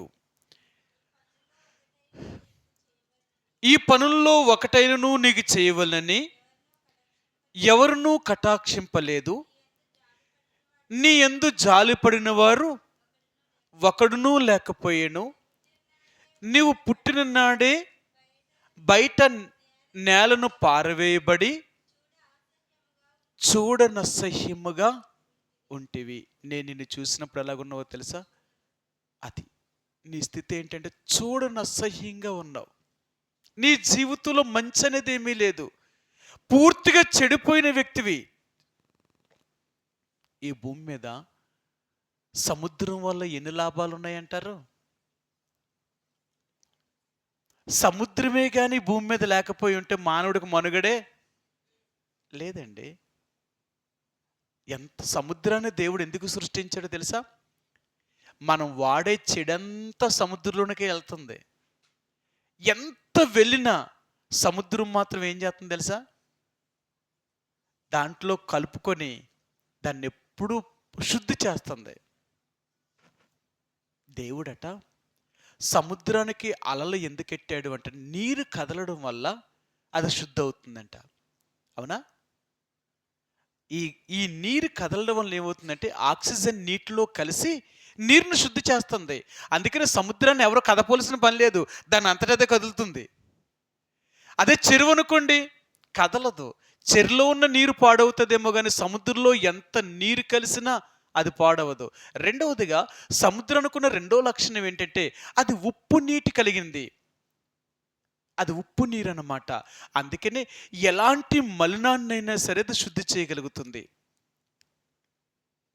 పెద్దలు సంవత్సరానికి కనీసం ఒక్కసారైనా సముద్రంలో స్నానం చేయాలట. అది పెట్టారు. దీన్ని ఎలా మార్చారు? ఇది ఎవడ చేస్తాడు ప్రతి సంవత్సరంలోకి వెళ్ళి స్నానం అంటే దీన్ని ఒక పండగగా మార్చారట. అందుకనే శివరాత్రి అయిపోయిన వెంటనే సముద్ర స్నానాలకు వెళ్తారు. ఎందుకు వెళ్తారు? ఎలా మన ఇంటికాడ స్నానం చేయరేటి, సముద్రంలోకి వెళ్ళి మునగలేలో. ఉప్పు నీరు శరీరానికి పట్టడం వల్ల మన శరీరంలో ఉన్న అనేక క్రిములు చచ్చిపోతాయి అన్నమాట. చూసారా, సంవత్సరానికి ఒక్కసారైనా సముద్రంలోకి వెళ్ళి స్నానం చేయాలట. ఆ ఉప్పు నీరు శరీరం పట్టడం వల్లట వాళ్ళకి చాలా బలమట. అంటే మీకు ఒకసారి చూడండి, మన కరోనా వచ్చిన వాళ్ళకి ఈ సముద్రం దగ్గర ఉన్న జాలర్లకి ఎవరికి కరోనా రాలేదట. ఎందుకంటేనంట వాళ్ళ మీద రీసెర్చ్ చేస్తేనంట వాళ్ళ శరీరంలో అంత రెసిస్టెంట్ పవర్ ఎక్కువ ఉందట. ఎందుకంటే వాళ్ళు సముద్రంలోనే వెళ్ళి సముద్రంలోనే తిరుగుతున్నారు కాబట్టి ఆ నీటిలోనే వీళ్ళు స్నానం చేయడం వల్ల వాళ్ళకి ఎంత శక్తి వచ్చిందంటే అది వాళ్ళని ఏమీ చేయలేకపోయిందట. అంటే చూడండి, సముద్రానికి దేవుడు ఎలాంటిది పెట్టాడో. అందుకనే దేవుడు అంటున్నాడు ఈరోజు ఏమన్నాడంటే, అంటే సముద్రము అంటే దేవుడు చెప్పిన సముద్రము ఇప్పుడున్న సముద్రం కాదు, మానవుడి యొక్క హృదయమే ఒక సముద్రం చెబుతున్నాడు ఆయన. ఇప్పుడు ఆయన ఏమంటున్నాడంటే, అంటాం కదా, ఈ మానవుడి యొక్క హృదయం ఎలాగుందంటే పూర్తిగా చెడిపోయింది. మానవుడి యొక్క హృదయము అనేకమైన చెడు అలవాట్ల చేత మానవుడు తన జీవితాన్ని చెరిపేసుకున్నాడు. అందుకనే దేవుడు అంటున్నాడు, నేను నిన్ను చూడగానే నీ మీద నాకు అసహ్యం పుట్టేటట్లుగా నువ్వు చేసుకున్నావు. ఎంత అసహ్యం పుట్టిందో తెలుసా? నీ జీవితాన్ని పూర్తిగా పాడు చేసుకున్నావు. ఇలాంటి పాడైన నిన్ను చూసి నేను నిన్ను బాగు చేయాలనుకున్నాను. ఎంత మంచోడో చూడండి. యేసుప్రభువు అలాంటి వాడు తెలుసా? బాగున్న దాన్ని ప్రేమించలేదు, చెడిపోయిన దాన్ని ప్రేమించాడు. అందుకని ఈ లోకంలో ఉన్న దేవుళ్ళందరికీ మన దేవుడికి తేడా ఏంటంటే ఇదే తేడా. యేసుప్రభువారు చెడిపోయిన వాళ్ళందరినీ ప్రేమించాడు. ఈ లోకంలో ఉన్న దేవుళ్ళు దేవతలను బడినవారు చెడిపోయిన వారిని అందరినీ రాక్షసులుగా పోల్చారు. అందుకన్నాడు దుష్ట శిక్షణ శిక్ష రక్షణ అన్నాడు. మంచివాళ్ళు బ్రతకాలి, చెడ్డవాళ్ళని చంపేయాలన్నారు. కానీ మన యేసుప్రభు ఏం చెప్పాడు? ఒకవేళ మీరు చెడ్డవాళ్ళని చంపడం మొదలెడితే ఒక్కడో కూడా మంచోడు కనపడ్డు. ఎవడు మంచోడు అంటారు? ఈ భూమి మీద ఒకడు మంచోడు లేడు. చంపుకుంటూ పోతే ఎంతమందిని చంపేయాలా? అందరినీ చంపేయాలా? కానీ యేసుప్రభు అన్నాడు, అలాగైతే లోకంలో నేను సృష్టించిన మనుషులందరూ ఏమైపోతారు? ఇలా కాదు, ఈ చెడిపోయిన మానవుణ్ణి మంచివాడిగా చేయాలి. అందుకన్నాడు, నేను పాపుల్ని పిలువ వచ్చాను కానీ నీతిమంతుల్ని పిలువ రాలేదు. నేను చెడ్డవారి కొరకు వచ్చానే తప్ప మంచివారి కొరకు నేను రాలేదు. అందుకని యేసుప్రభువు వారు ప్రేమించింది ఎవరినంటే పాపాత్ములైన మనల్ని ప్రేమించాడు. చెడిపోయిన మానవుని ప్రేమించాడు, పాడైపోయిన మానవుని ప్రేమించాడు. ఇలాంటి నిన్ను నన్ను ప్రేమించి ఒక నూతనమైన వ్యక్తిగా చేయాలనుకుంటున్నాడు, ఒక క్రొత్త వ్యక్తిగా చేయాలనుకున్నాడు. అందుకని లోకం చూసినప్పుడు అంటాడు, ఒకప్పుడు ఎలాగుండే వ్యక్తి అండి ఎలా మారిపోయాడు, ఒకప్పుడు ఎలాంటివి ఆమె అండి ఇప్పుడు ఎలా మారిపోయింది, చూడండి ఎంతగా మారిపోయిందో. మీ అందరికీ తెలుసు కదా, యోహాను సువార్త 4వ అధ్యాయంలో యేసుప్రభువారు సుకార్ అనే బావి దగ్గర ఒక సమరయ స్త్రీతో మాట్లాడాడు ఆయన. ఆమె ఎలాంటిదట? పాపాత్మురాలైన స్త్రీ అట, వ్యభిచారము చేసుకుని బ్రతికే స్త్రీ. అలాంటి స్త్రీ దగ్గరికి వెళ్ళాడు యేసుప్రభు. అన్నాడు, అమ్మా నాకు దాహం వేస్తుంది, కొన్ని నీళ్ళు ఇస్తావా అని అడిగాడు.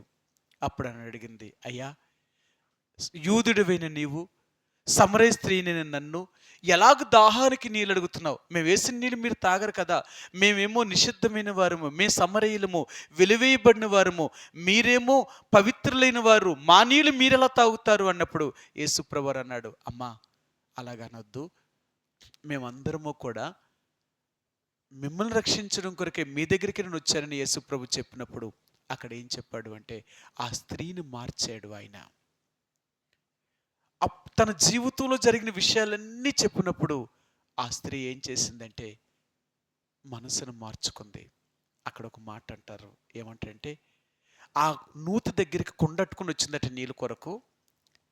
ఇప్పుడు ఈ కొండట్టుకుని వచ్చి నీళ్లు చేదుకుని వెళ్ళవలసిన స్త్రీ ఆ కొండను ఎక్కడ వదిలేసిందంట? ఆ బావి దగ్గరే వదిలేసిపోయిందట కొండని. ఇప్పుడు ఆ కొండ ఏం చూపించింది? తన జీవితాన్ని చూపించిందంట. తన జీవితాన్ని ఏ కొండనైతే తెచ్చుకుందో నీళ్లు పట్టుకెళ్ళడానికి, ఆ కొండనే అక్కడ వదిలేసిపోయింది. ఇప్పుడు వదిలేసిపోయి ఎక్కడికి వెళ్ళి చెప్తుంది? ఆ ఊర్లో ఉన్న వాళ్ళందరికీ చెప్తుంది, అయ్యా నేను చేసినవన్నీ నాతో చెప్పినవాడు ఈయన మెస్సయ్య ఇక్కడ అవసరమే, మీరు కాదు ఒకసారి వచ్చి చూడండి ఆయన నిజంగా మెస్సయ్య అని చెప్పినప్పుడు ఆ ఊరి వారందరూ వచ్చి ఆయన పరిశీలన చేశారట.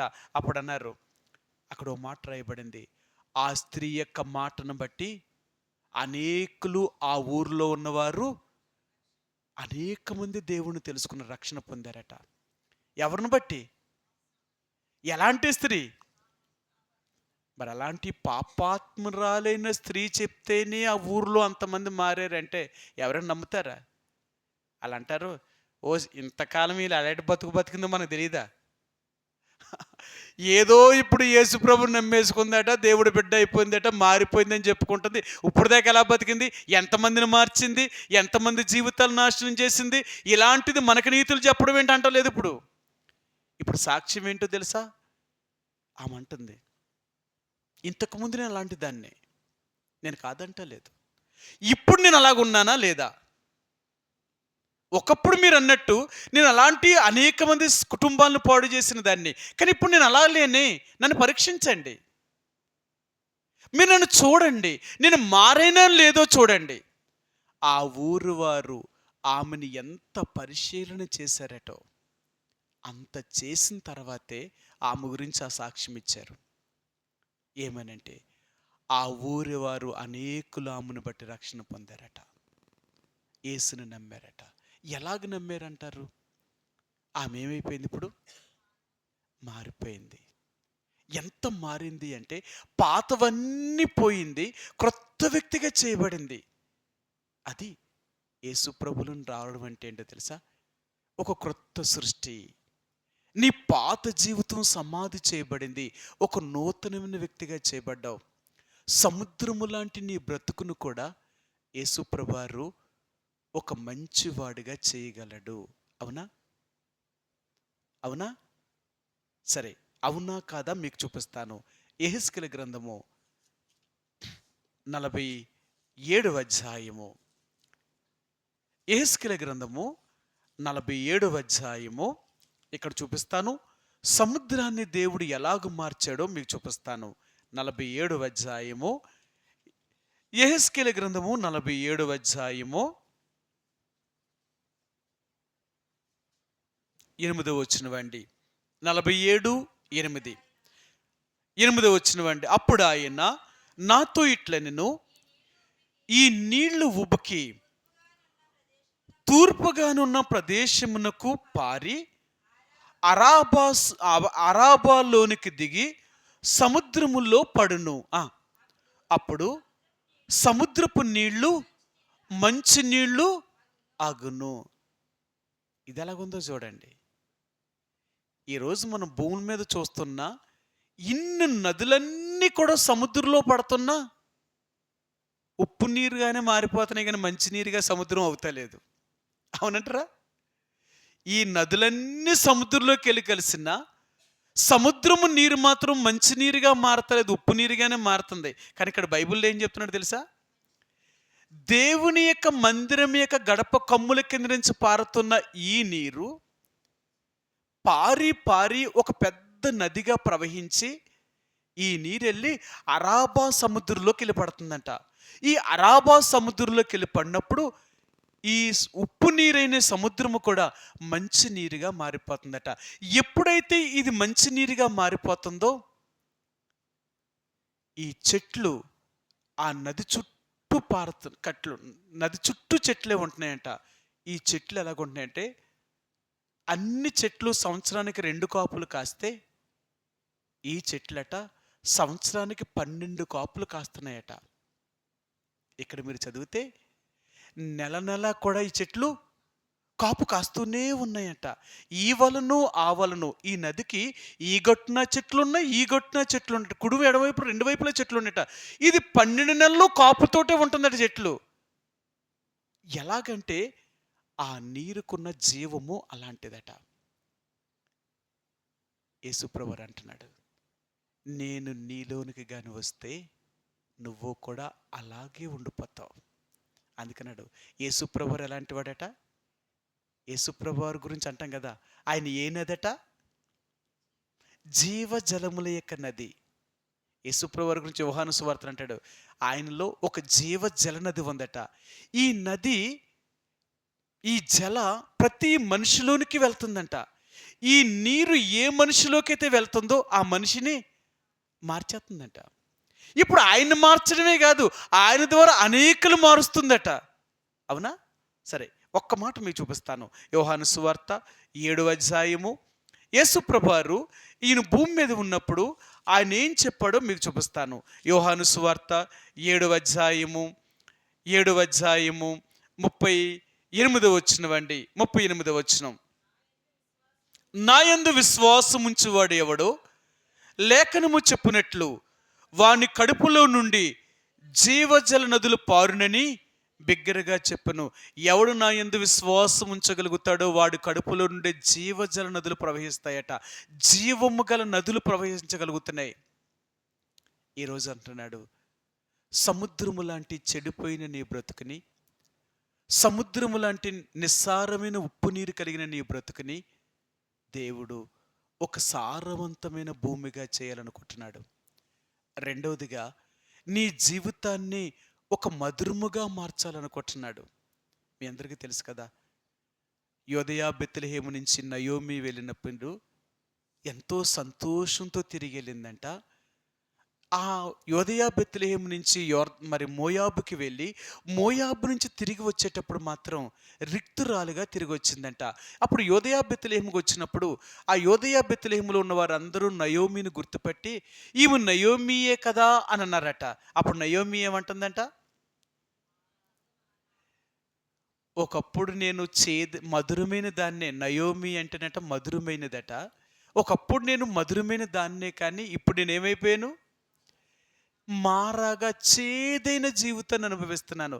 ఇక నన్ను నయోమి అనొద్దు కానీ ఏమని పిలవమంటుంది?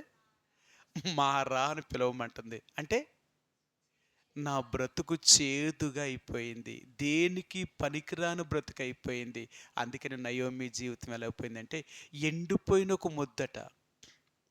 ఎందుకంటే తన వంశాన్ని నిలబెట్టడానికి ఇంకెవడు మగదిక్కు లేడు. ఎలుములేకి చచ్చిపోయాడు, మహులోను కిలియోను 2 కొడుకులు చచ్చిపోయారు, ఇంకెవ్వరు లేరు తన వంశం నిలబెట్టడానికి. అలాంటి పరిస్థితుల్లో ఎవరు పుట్టుకొచ్చారట? యేసుప్రభువారే పుట్టాడట వాళ్ళ వంశంలో నుంచి. ఎంత చిత్రమో చూడండి. ఎండిపోయిన ముద్దులో నుంచి చిగురు పెట్టారట. ఆ నయోమి యొక్క గర్భము నుంచి, లేక రూతు యొక్క గర్భంలో నుంచి ఎలాంటి వంశం తీసుకొచ్చాడు దేవుడు. అది ఒక చేదైన జీవితాన్ని మధురముగా మార్చగలిగిన దేవుడు. ఒక ఉప్పు నీరు కలిగిన ఆ ప్రాంతాన్ని మంచినీరుగా మార్చగలిగిన వాడు. ఒక పాడైపోయిన జీవితాన్ని బాగు చేయగలిగిన వాడు. అందుకని యోహానుకు చూపిస్తున్నాడు. యోహానుకి ఏం చూపిస్తున్నాడు తెలుసా? ఇదిగో నేను సమస్తమును నూతనమైనముగా చేయుచున్నాను. యోహాను, నేను సమస్తమును నూతనమైనవిగా చేయగలుగుతున్నాను. అందుకని యేసుప్రభువారు ముందు లోకాన్ని మార్చడం అంటే ఏంటో తెలుసా? ఒక మనిషిని మార్చడం. యేసుప్రభువారు చేసింది ఏంటంటే మనిషిని మార్చగలిగి ఒక మనిషి ద్వారా ఈ లోకాన్ని మార్చాలనుకుంటున్నాడు ఆయన. అందుకని అంటున్నాడు, ముందు నువ్వు మారితే నీ ద్వారా సమాజం మారుతుంది. నువ్వే మారలేంది సమాజాన్ని ఎక్కడ మారుస్తావు? నేను ఎన్నోసార్లు చెప్తాను, మనం దేవుణ్ణి నమ్ముకున్నాం, దేవుని బిడ్డలమని చెప్తాం, మనం గుడికి వస్తున్నామని చెప్తాం. ముందు మనం మారేమా? నిజంగా నువ్వు మారితే, నేను ఇప్పుడు చెప్తున్నాను, నీలో నిజంగా మార్పు కనబడితే నీ కుటుంబం మారుతుంది. నువ్వు చెప్పక్కరద్దు. అవునా? నువ్వు మారితే నువ్వు ఎవ్వరికీ సువార్త చెప్పకుండానే నీ ద్వారా ఇతరులను మార్చగలుగుతావు. ఇది నా మాట కాదు, మీకు బైబిల్లో ఉన్న మాటే చూపిస్తాను. పేతురు రాసిన మొదటి పత్రిక 3వ అధ్యాయము. పేతురు రాసిన మొదటి పత్రిక 3వ అధ్యాయము 1-2 వచనాలండి. 1-2 వచనాలు. అటువలే స్త్రీలారా, మీరు మీ స్వపురుషులకు లోబడి ఉండుడి. అందువలన వారిలో ఎవరైనను వాక్యమునకు అవిధేయులైతే వారు భయముతో కూడిన మీ పవిత్ర ప్రవర్తనను చూచి వాక్యము లేకుండానే తమ భార్యలు నడవడి వలన తన భర్తలను రాబట్టబడవచ్చును. ఎలా రాబడుతున్నారట? వారి యొక్క నడవడికను బట్టి. వారి యొక్క నడవడికను బట్టి. నువ్వు చెప్పక్కరొద్దు. నీ నడవడిక చేత నీ భర్తను మార్చుకోగలుగుతావు. నీ నడవడిక చేత నీ భార్యను మార్చుకోగలుగుతావు. నీ నడవడిక చేత నీ పిల్లలు మార్చుకుంటావు. నీ నడవడిక మారితే వారు చూసి మారతారు. ఒక వ్యక్తి మారాలి అంటేనంట 2 విధాలను ఉంటాయట. ఎలా మారతారు? ఒకటి చెప్పిందైనా వింటే మారతారు, లేకపోతే చూసైనా మారాల. ఎలాగ మారతారు మనిషి అంటే ఈ 2. అవునంటారా? ఒక వ్యక్తిని ఎలా మారుస్తాం? ఇప్పుడు మీరు మారుస్తున్నారు మాస్టర్ అని అనుకోండి, స్కూల్లో పిల్లల్ని ఎలా మారుస్తారు? వాళ్ళు ఎంతో అల్లరతనంతో ఉన్నా మీరు చెప్పే పాఠాలు వింటాడు, మారిపోతాడు. అర్థమైందా? ఒక మనిషి ఎలా మారుతాడు? చెప్పింది వింటే మారుతాడు. రెండవది, మళ్ళీ చూసైనా నేర్చుకుంటాడు. అందుకని మాస్టర్ ఏం చేస్తాడంటే ఆడి చెప్పింది అర్థం కావట్లేదు, ఈయన చేసి చూపిస్తాడు. చూసైనా మారతాడు. ఈరోజు మనల్ని చూసైనా మారాలి, మనం చెప్పిన దానికైనా మారాలి.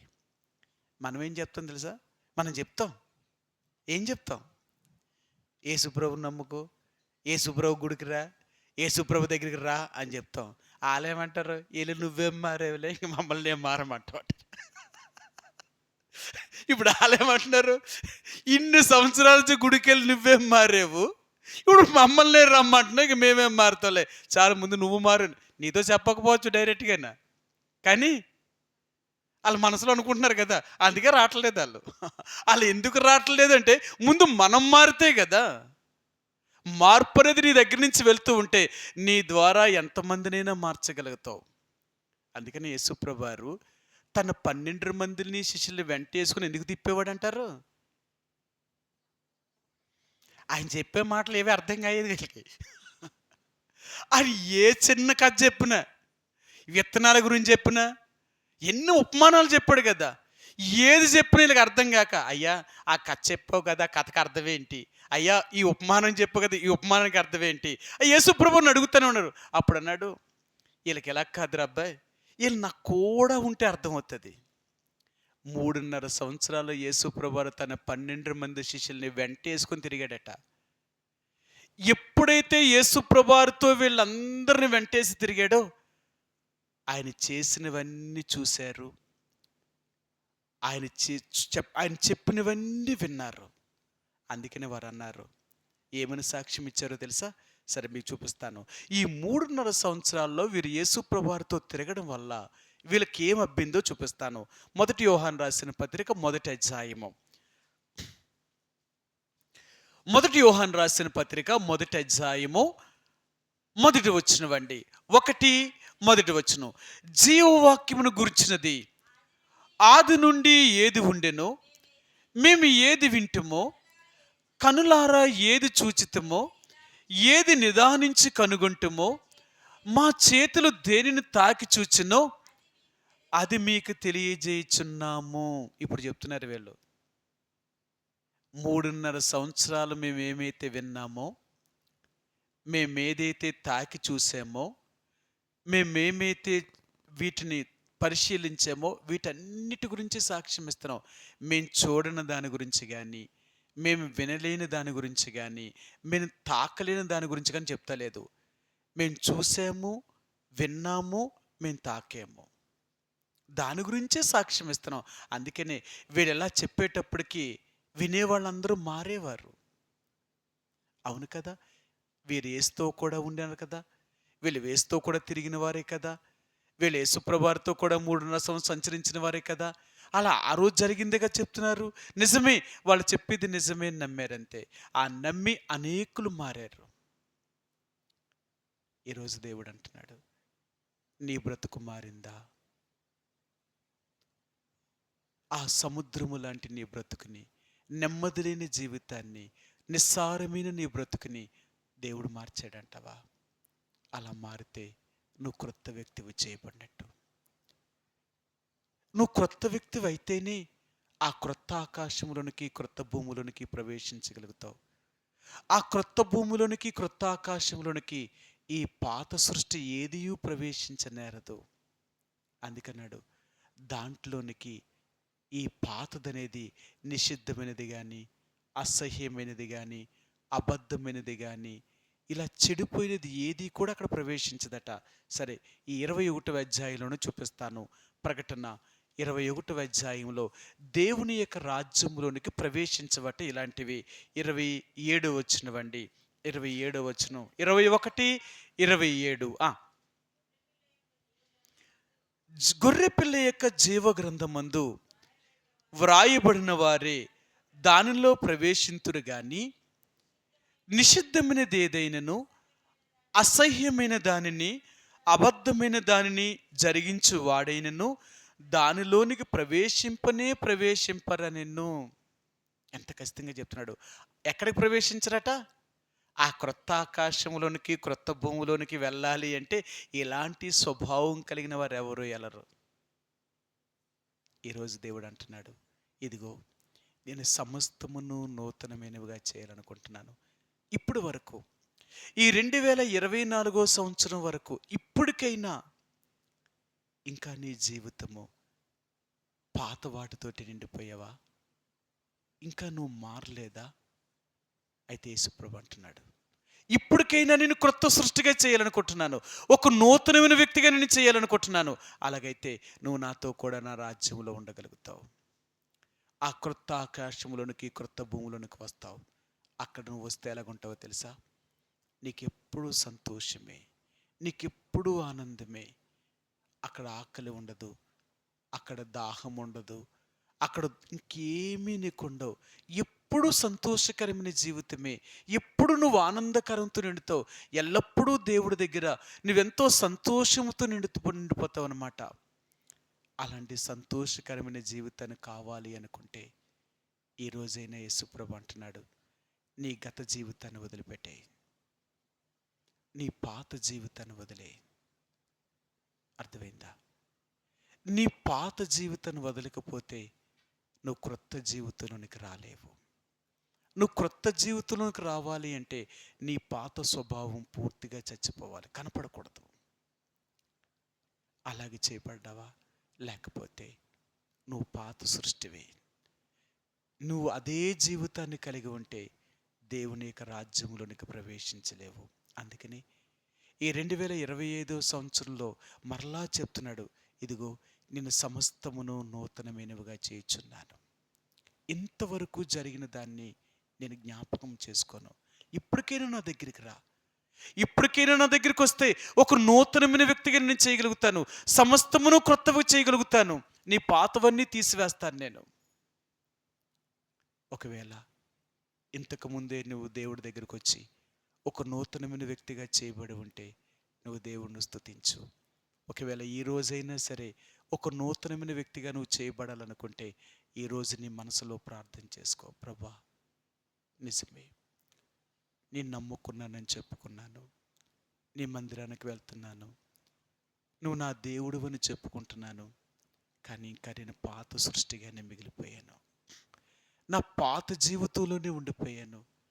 నా పాపమును ఒప్పుకుంటున్నాను, నన్ను క్షమించు, నన్ను కడుగు, నీ రక్తంతో నన్ను పవిత్రపరిచి ఒక క్రొత్త సృష్టిగా నేను చెయ్యను నువ్వు అడిగితే ఈరోజు దేవుడు అంటున్నాడు, నేను నూతనమైన సృష్టిగా చేస్తాను.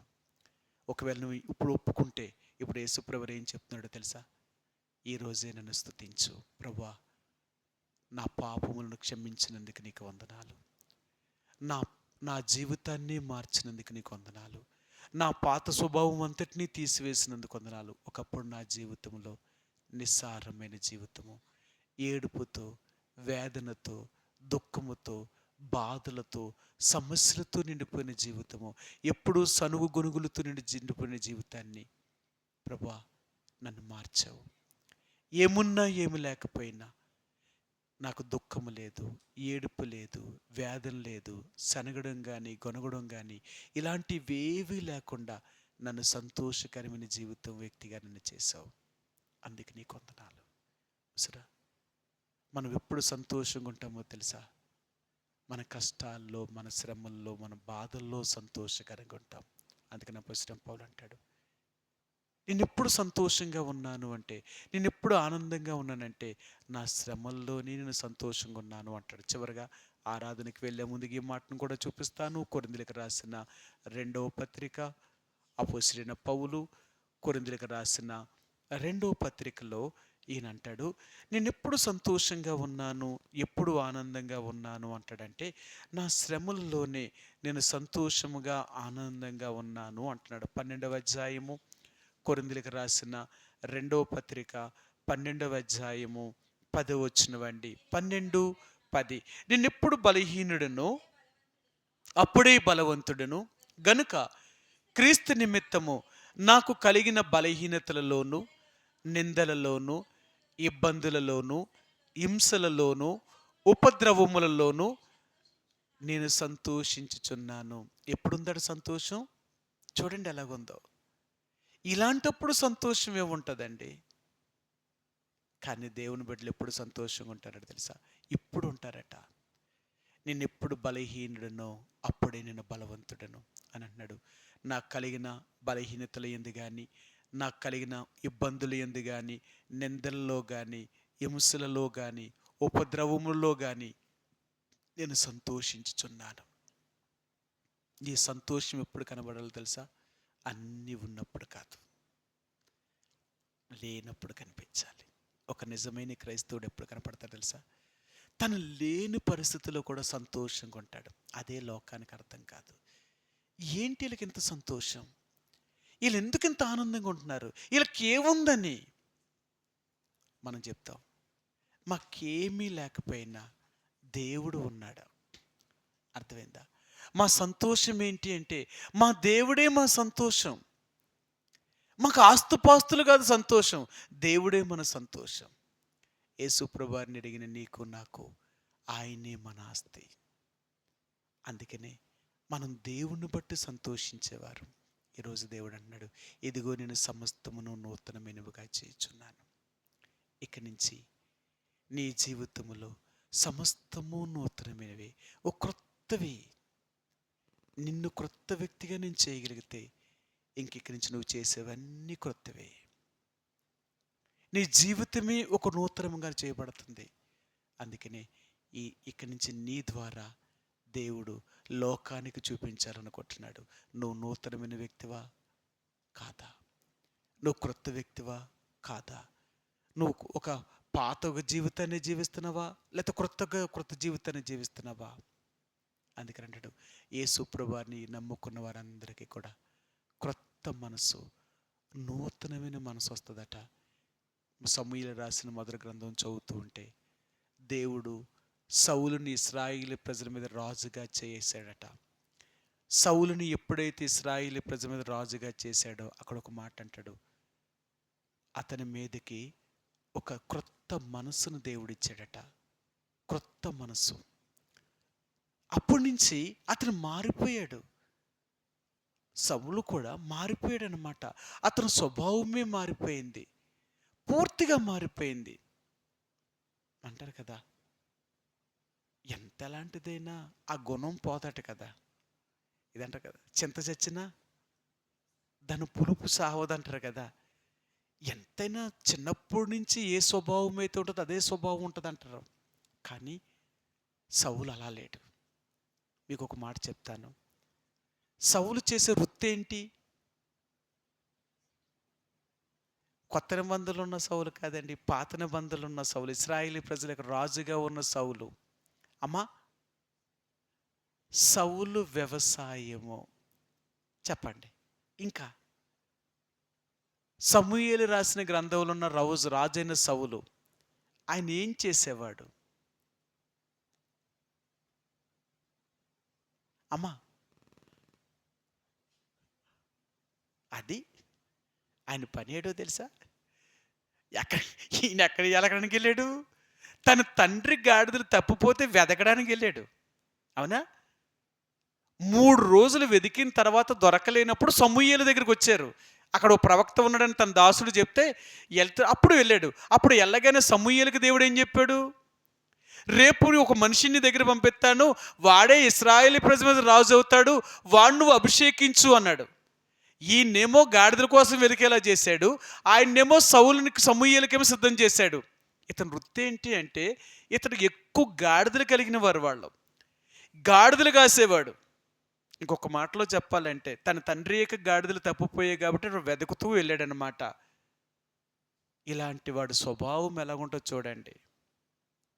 అందుకని అంటాడు, మనందరికీ తెలుసు కదా, బైబిల్లో ఒక మాట అంటాడు, అబ్రహాము కుమారుడిని ఇష్మాయేలు గురించి అంటాడు. ఇష్మాయేలు అనగా అడవి గాడిద వంటి స్వభావం కలిగిన మనుషుడు. ఇతడు ఎలాగుంటాడో తెలుసా? అందరి చేతులు ఇతని చేతులు అందరికీ విరోధంగా ఉంటాయంట. అందుకని అంటారు కదా, ముస్లింల పద్ధతులు వేరట. వాళ్ళ పద్ధతులు అలా ఉంటాయి తెలుసా? అంత వ్యతిరేకం అనమాట, లోకానికి అంత వ్యతిరేకం ఉంటుంది. అందుకని అంటాడు, ఇక్కడ తొరకోళ్ళ జాతులు వేడరా నీ పద్ధతులన్నీ అంటారు. అంటే ఏంటంటే ఆ లోకానికే వ్యతిరేకం చేస్తూ ఉంటారు. అదనమాట. ఈ స్వభావం ఎలాంటిదంటే అడవి గాడిద వంటి స్వభావం కలిగిన మనుషుడట. వీళ్ళు ఎలాంటి స్థలాల్లో కోరుకుంటారట తెలుసా? అడవి గాడిదంట ఎప్పుడూ స్వేచ్ఛగా జీవించడానికి ఇష్టపడుతుందట. గాడిదకున్న లక్షణం ఏంటో తెలుసా? కడితే అసలు ఉండదట గాడిద. మీరు ఎప్పుడైనా చూడండి, గాడిదల్ని ఎవరో కూడా కట్టరు. అవి ఎప్పుడు ఊరి మీద తిరుగుతూనే ఉంటాయన్నమాట. అవసరం వచ్చినప్పుడే తోలు తెచ్చుకుంటారు, అవసరం అయిపోగానే గాడిదని వదిలేస్తారనమాట. ఇది ఊరి మీద తిరిగే గాడిద. అందుకంటే ఏడు గాడిదలా తిరుగుతున్నాం ఊరంతా అడుగుతారు చూసారా? గాడిద పని ఏంటంటే దాన్ని ఎవరు కట్టరన్నమాట. ఇది స్వేచ్ఛగా తిరిగే గాడిద. రెండవది, గాడిద ఎలాంటిది ఉంటుంది అంటే తోలేవాడి మాట అంటే అసలు ఇష్టం ఉండదట. దీని కాపరి యొక్క మాట విందట గాడిద. అందుకని అంటారు కదా, లోకంలో సామెత చెప్తారు కదా, పెద్దోళ్ళకు ముందు నడవకూడదు, గాడిదకి వెనకాల నడవకూడదట. గాడిదకి వెనకాల నడితే ఇది ఏం చేస్తాడు? తంతదట. అంటే తోలేవాడంటే దీనికి దానికి అసలు ఇష్టం ఉండదట. గాడిదకి ఎప్పుడు వెనకాలండి, గుర్రానికి గాడిదకి వెనకాల ఉండకూడదట. ఎందుకంటే దీన్ని తోలడం అంటే ఇష్టం ఉండదట. అది గాడిద లాంటి స్వభావం. ఇప్పుడు ఇలాంటి స్వభావం కలిగిన సౌలుని ఇశ్రాయేలు ప్రజల మీద రాజుగా చేశాడట. చేసిన 2 సంవత్సరాలకే దేవుడు మళ్ళీ బాధపడ్డాడట.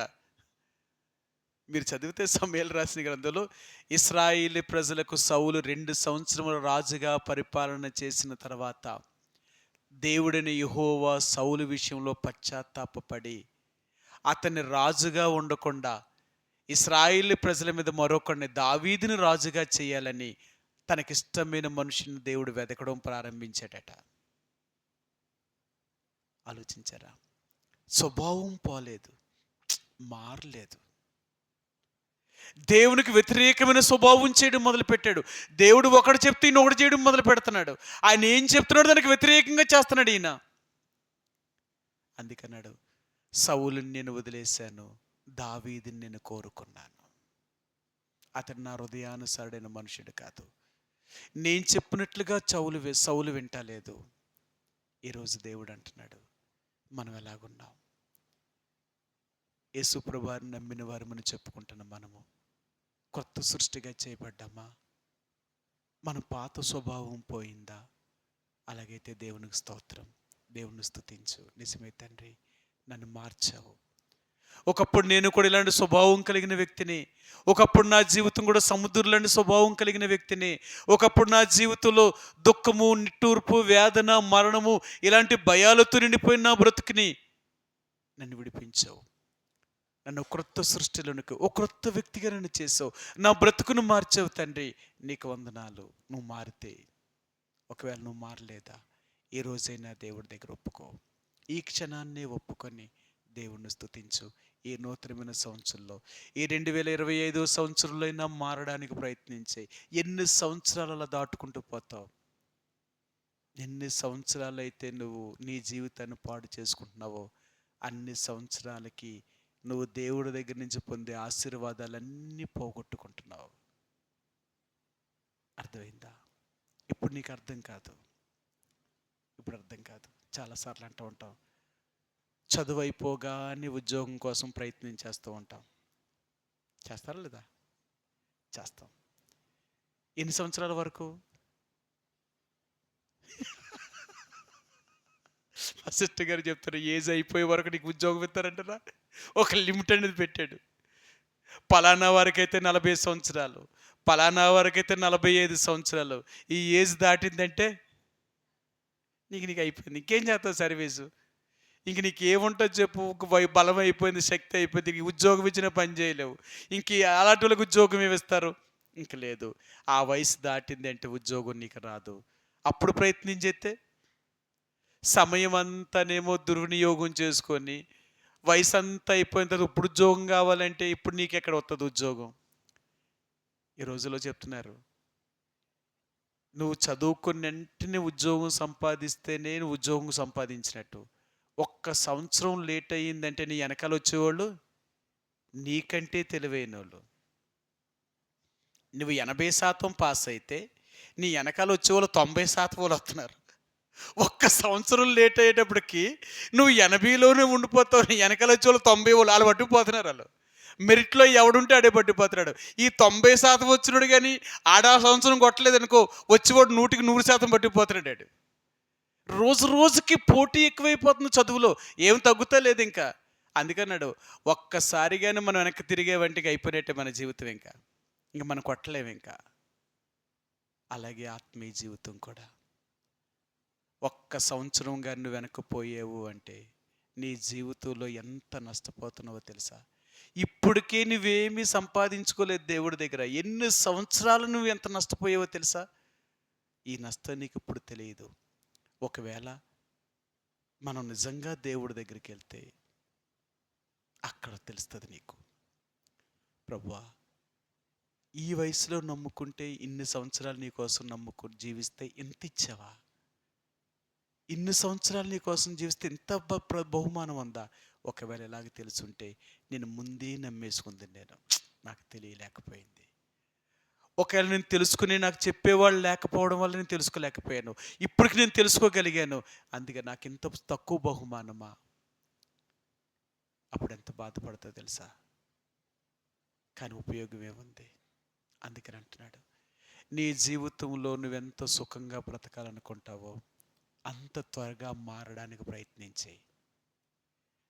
నువ్వు క్రొత్త వ్యక్తిగా చేయబడ్డానికి ప్రయత్నించే. నువ్వెంత త్వరగా క్రొత్త వ్యక్తిగా చేయబడతావో అంత దేవుడిలో నీకు ఆశీర్వాదం ఉంది. దేవుడి ద్వారా అంత దీవుని నువ్వు పొందగలుగుతావు. అందుకనే ఈరోజు దేవుడు అంటున్నాడు, ఈ 2025 సంవత్సరంలో సార్వత్రిక సంఘంగా దేవుని ప్రజలకు ఇచ్చిన వాగ్దానం ఏంటంటే, ఇదిగో నేను సమస్తమును నూతనమైనవిగా చేయాలనుకుంటున్నాను. నీ గతం ఎలాగుందో నేను మర్చిపోతున్నాను. ఇక్కడి నుంచి అయినా నేను ఒక నూతనమైన వ్యక్తిగా చేయాలనుకుంటున్నాను. నువ్వు క్రొత్త సృష్టిగా చేయబడాలనుకుంటున్నాను. నేను చేయగలుగుతున్నాను. ఒకవేళ నువ్వు అలా చేయబడి ఉంటే, నీ పాత స్వభావాన్ని ఇంతకు ముందే వదిలిపెట్టేసి ఉంటే, నువ్వు క్రొత్త వ్యక్తిగా చేయబడి ఉంటే ఆ దేవుణ్ణి స్తుతించు. నిజమే తండ్రి, ఒకప్పుడు నా జీవితము కూడా ఆ సముద్రం వలె నిస్సారమైపోయిన బ్రతుకు, ఉప్పు నీరు దేనికి పనికిరాని నా బ్రతుకు, నా జీవితం అంతా చెడిపోయిన బ్రతుకు, ఎంతో దుర్వాసనతో నిండిపోయిన నా బ్రతుకు, సముద్రం ఎలాగైతే నిమ్మలంగా లేదో, ఎప్పుడు బురదను మైలను పైకి తీస్తూ ఉందో, నా జీవితంలో కూడా అనేకమైన చెడుతనం చేత నిండిపోయి, నా జీవితంలో కూడా అంత పాపముతో నిండిపోయిన నా బ్రతుకు. నా జీవితము మరి ఇప్పుడు చెప్పినట్లుగా నేను ఆ యొక్క మరి ఉప్పు లాంటి నిస్సారమైపోయిన జీవితమే కాక నా బ్రతుకంతా కూడా మరి ఈ గాడిద లాంటి స్వభావం కలిగిన వ్యక్తిని, మార్పు లేని జీవితం కలిగిన వ్యక్తిని, ఎన్నోసార్లు నీ మాట వెళ్ళలేని వ్యక్తిని అలాంటి నన్ను మార్చావు. నా జీవితం అంతా ఒక చెడిపోయిన బ్రతుకుని ఒక క్రొత్త సృష్టిలను తీసుకొచ్చావు. నీతో కూడా నీ రాజ్యములో ఉండాలని, ఆ క్రొత్త ఆకాశములో క్రొత్త భూమిలో ఆ నూతన సృష్టిలను నుంచాలని ఇష్టపడి నన్ను రక్షించావు. నా పాపములన్నీ తీసివేశావు. నన్ను కడిగి శుద్ధీకరించావు. నీ బిడ్డగా నన్ను చేసుకున్నావు. ప్రభా, నీ బిడ్డగా చేయబడ్డానికి నేను అర్హుడినా? కాదు. నేను అర్హురాలను కూడా కాదు. ఎందుకంటే ఈ లోకంలో పాపముతో నిండిపోయిన నన్ను నువ్వు ప్రేమించి నా జీవితాన్ని మార్చి నీ బిడ్డగా చేసుకున్నావు. అందుకే నీకు హృదయమారా నేను కృతజ్ఞతాస్తుతులు చెల్లించుకుంటున్నాను. ఇంతకంటే నేనేమీ ఇవ్వలేను నీకు. ఈ నూతనమైన సంవత్సరంలో, ఈ 2025 సంవత్సరంలో ప్రభా నిన్ను ప్రవేశించి నిన్ను ఆరాధించే వ్యక్తిగా చేసావు. గత 2024 సంవత్సరం మొదటి నెల మొదటి దినం నుంచి చివరి నెల 31వ తేదీ వరకు నన్ను ఎంతగా కాపాడావు. ఎన్ని అపాయాల నుండి, ఎన్ని ప్రమాదాల నుండి, ఎన్ని వ్యాధుల నుండి, ఎన్ని కష్ట దుఃఖాల నుండి నన్ను కాపాడావు తండ్రి. ఇదంతా నీ కాపుదల. నిజంగా నువ్వే కాపాడకపోయి ఉంటే ఈరోజు నేను భూమి మీద ఉండే వ్యక్తిని కాదు. ఆ రీతిగా నిన్ను గత సంవత్సరం అంతా నన్ను కాపాడి ఒక నూతనమైన సంవత్సరంలో నన్ను ప్రవేశపెట్టినందుకు నీకు హృదయమారా కృతజ్ఞతాస్తుతులు చెల్లిస్తున్నాను తండ్రి అని కొద్ది సమయం ఈ నూతనమైన సంవత్సరంలో ప్రభువుని నూతనముగా ఆరాధన చేస్తామండి. ఆ రీతిగా కొద్ది సమయం ఆ ప్రభువుని ఆరాధిస్తాం. ఆ రీతిగా ఒకరి తర్వాత ఒకరు దేవుడు ఆ యొక్క మరి సమస్తమును నూతనమైనవిగా ఏ రీతిగా చేశాడో ఆ రీతిగా మన జీవితాన్ని కూడా ఎలా మార్చారో దాన్ని బట్టి ఆ దేవునికి కృతజ్ఞతాస్తుతులు కొద్ది సమయం దేవుణ్ణి ఈ నూతనమైన సంవత్సరంలో మొదటిసారిగా దేవుణ్ణి అందరం కూడా స్తుతిస్తామండి. ఆ రీతిగా దేవుణ్ణి ఆరాధిస్తాం.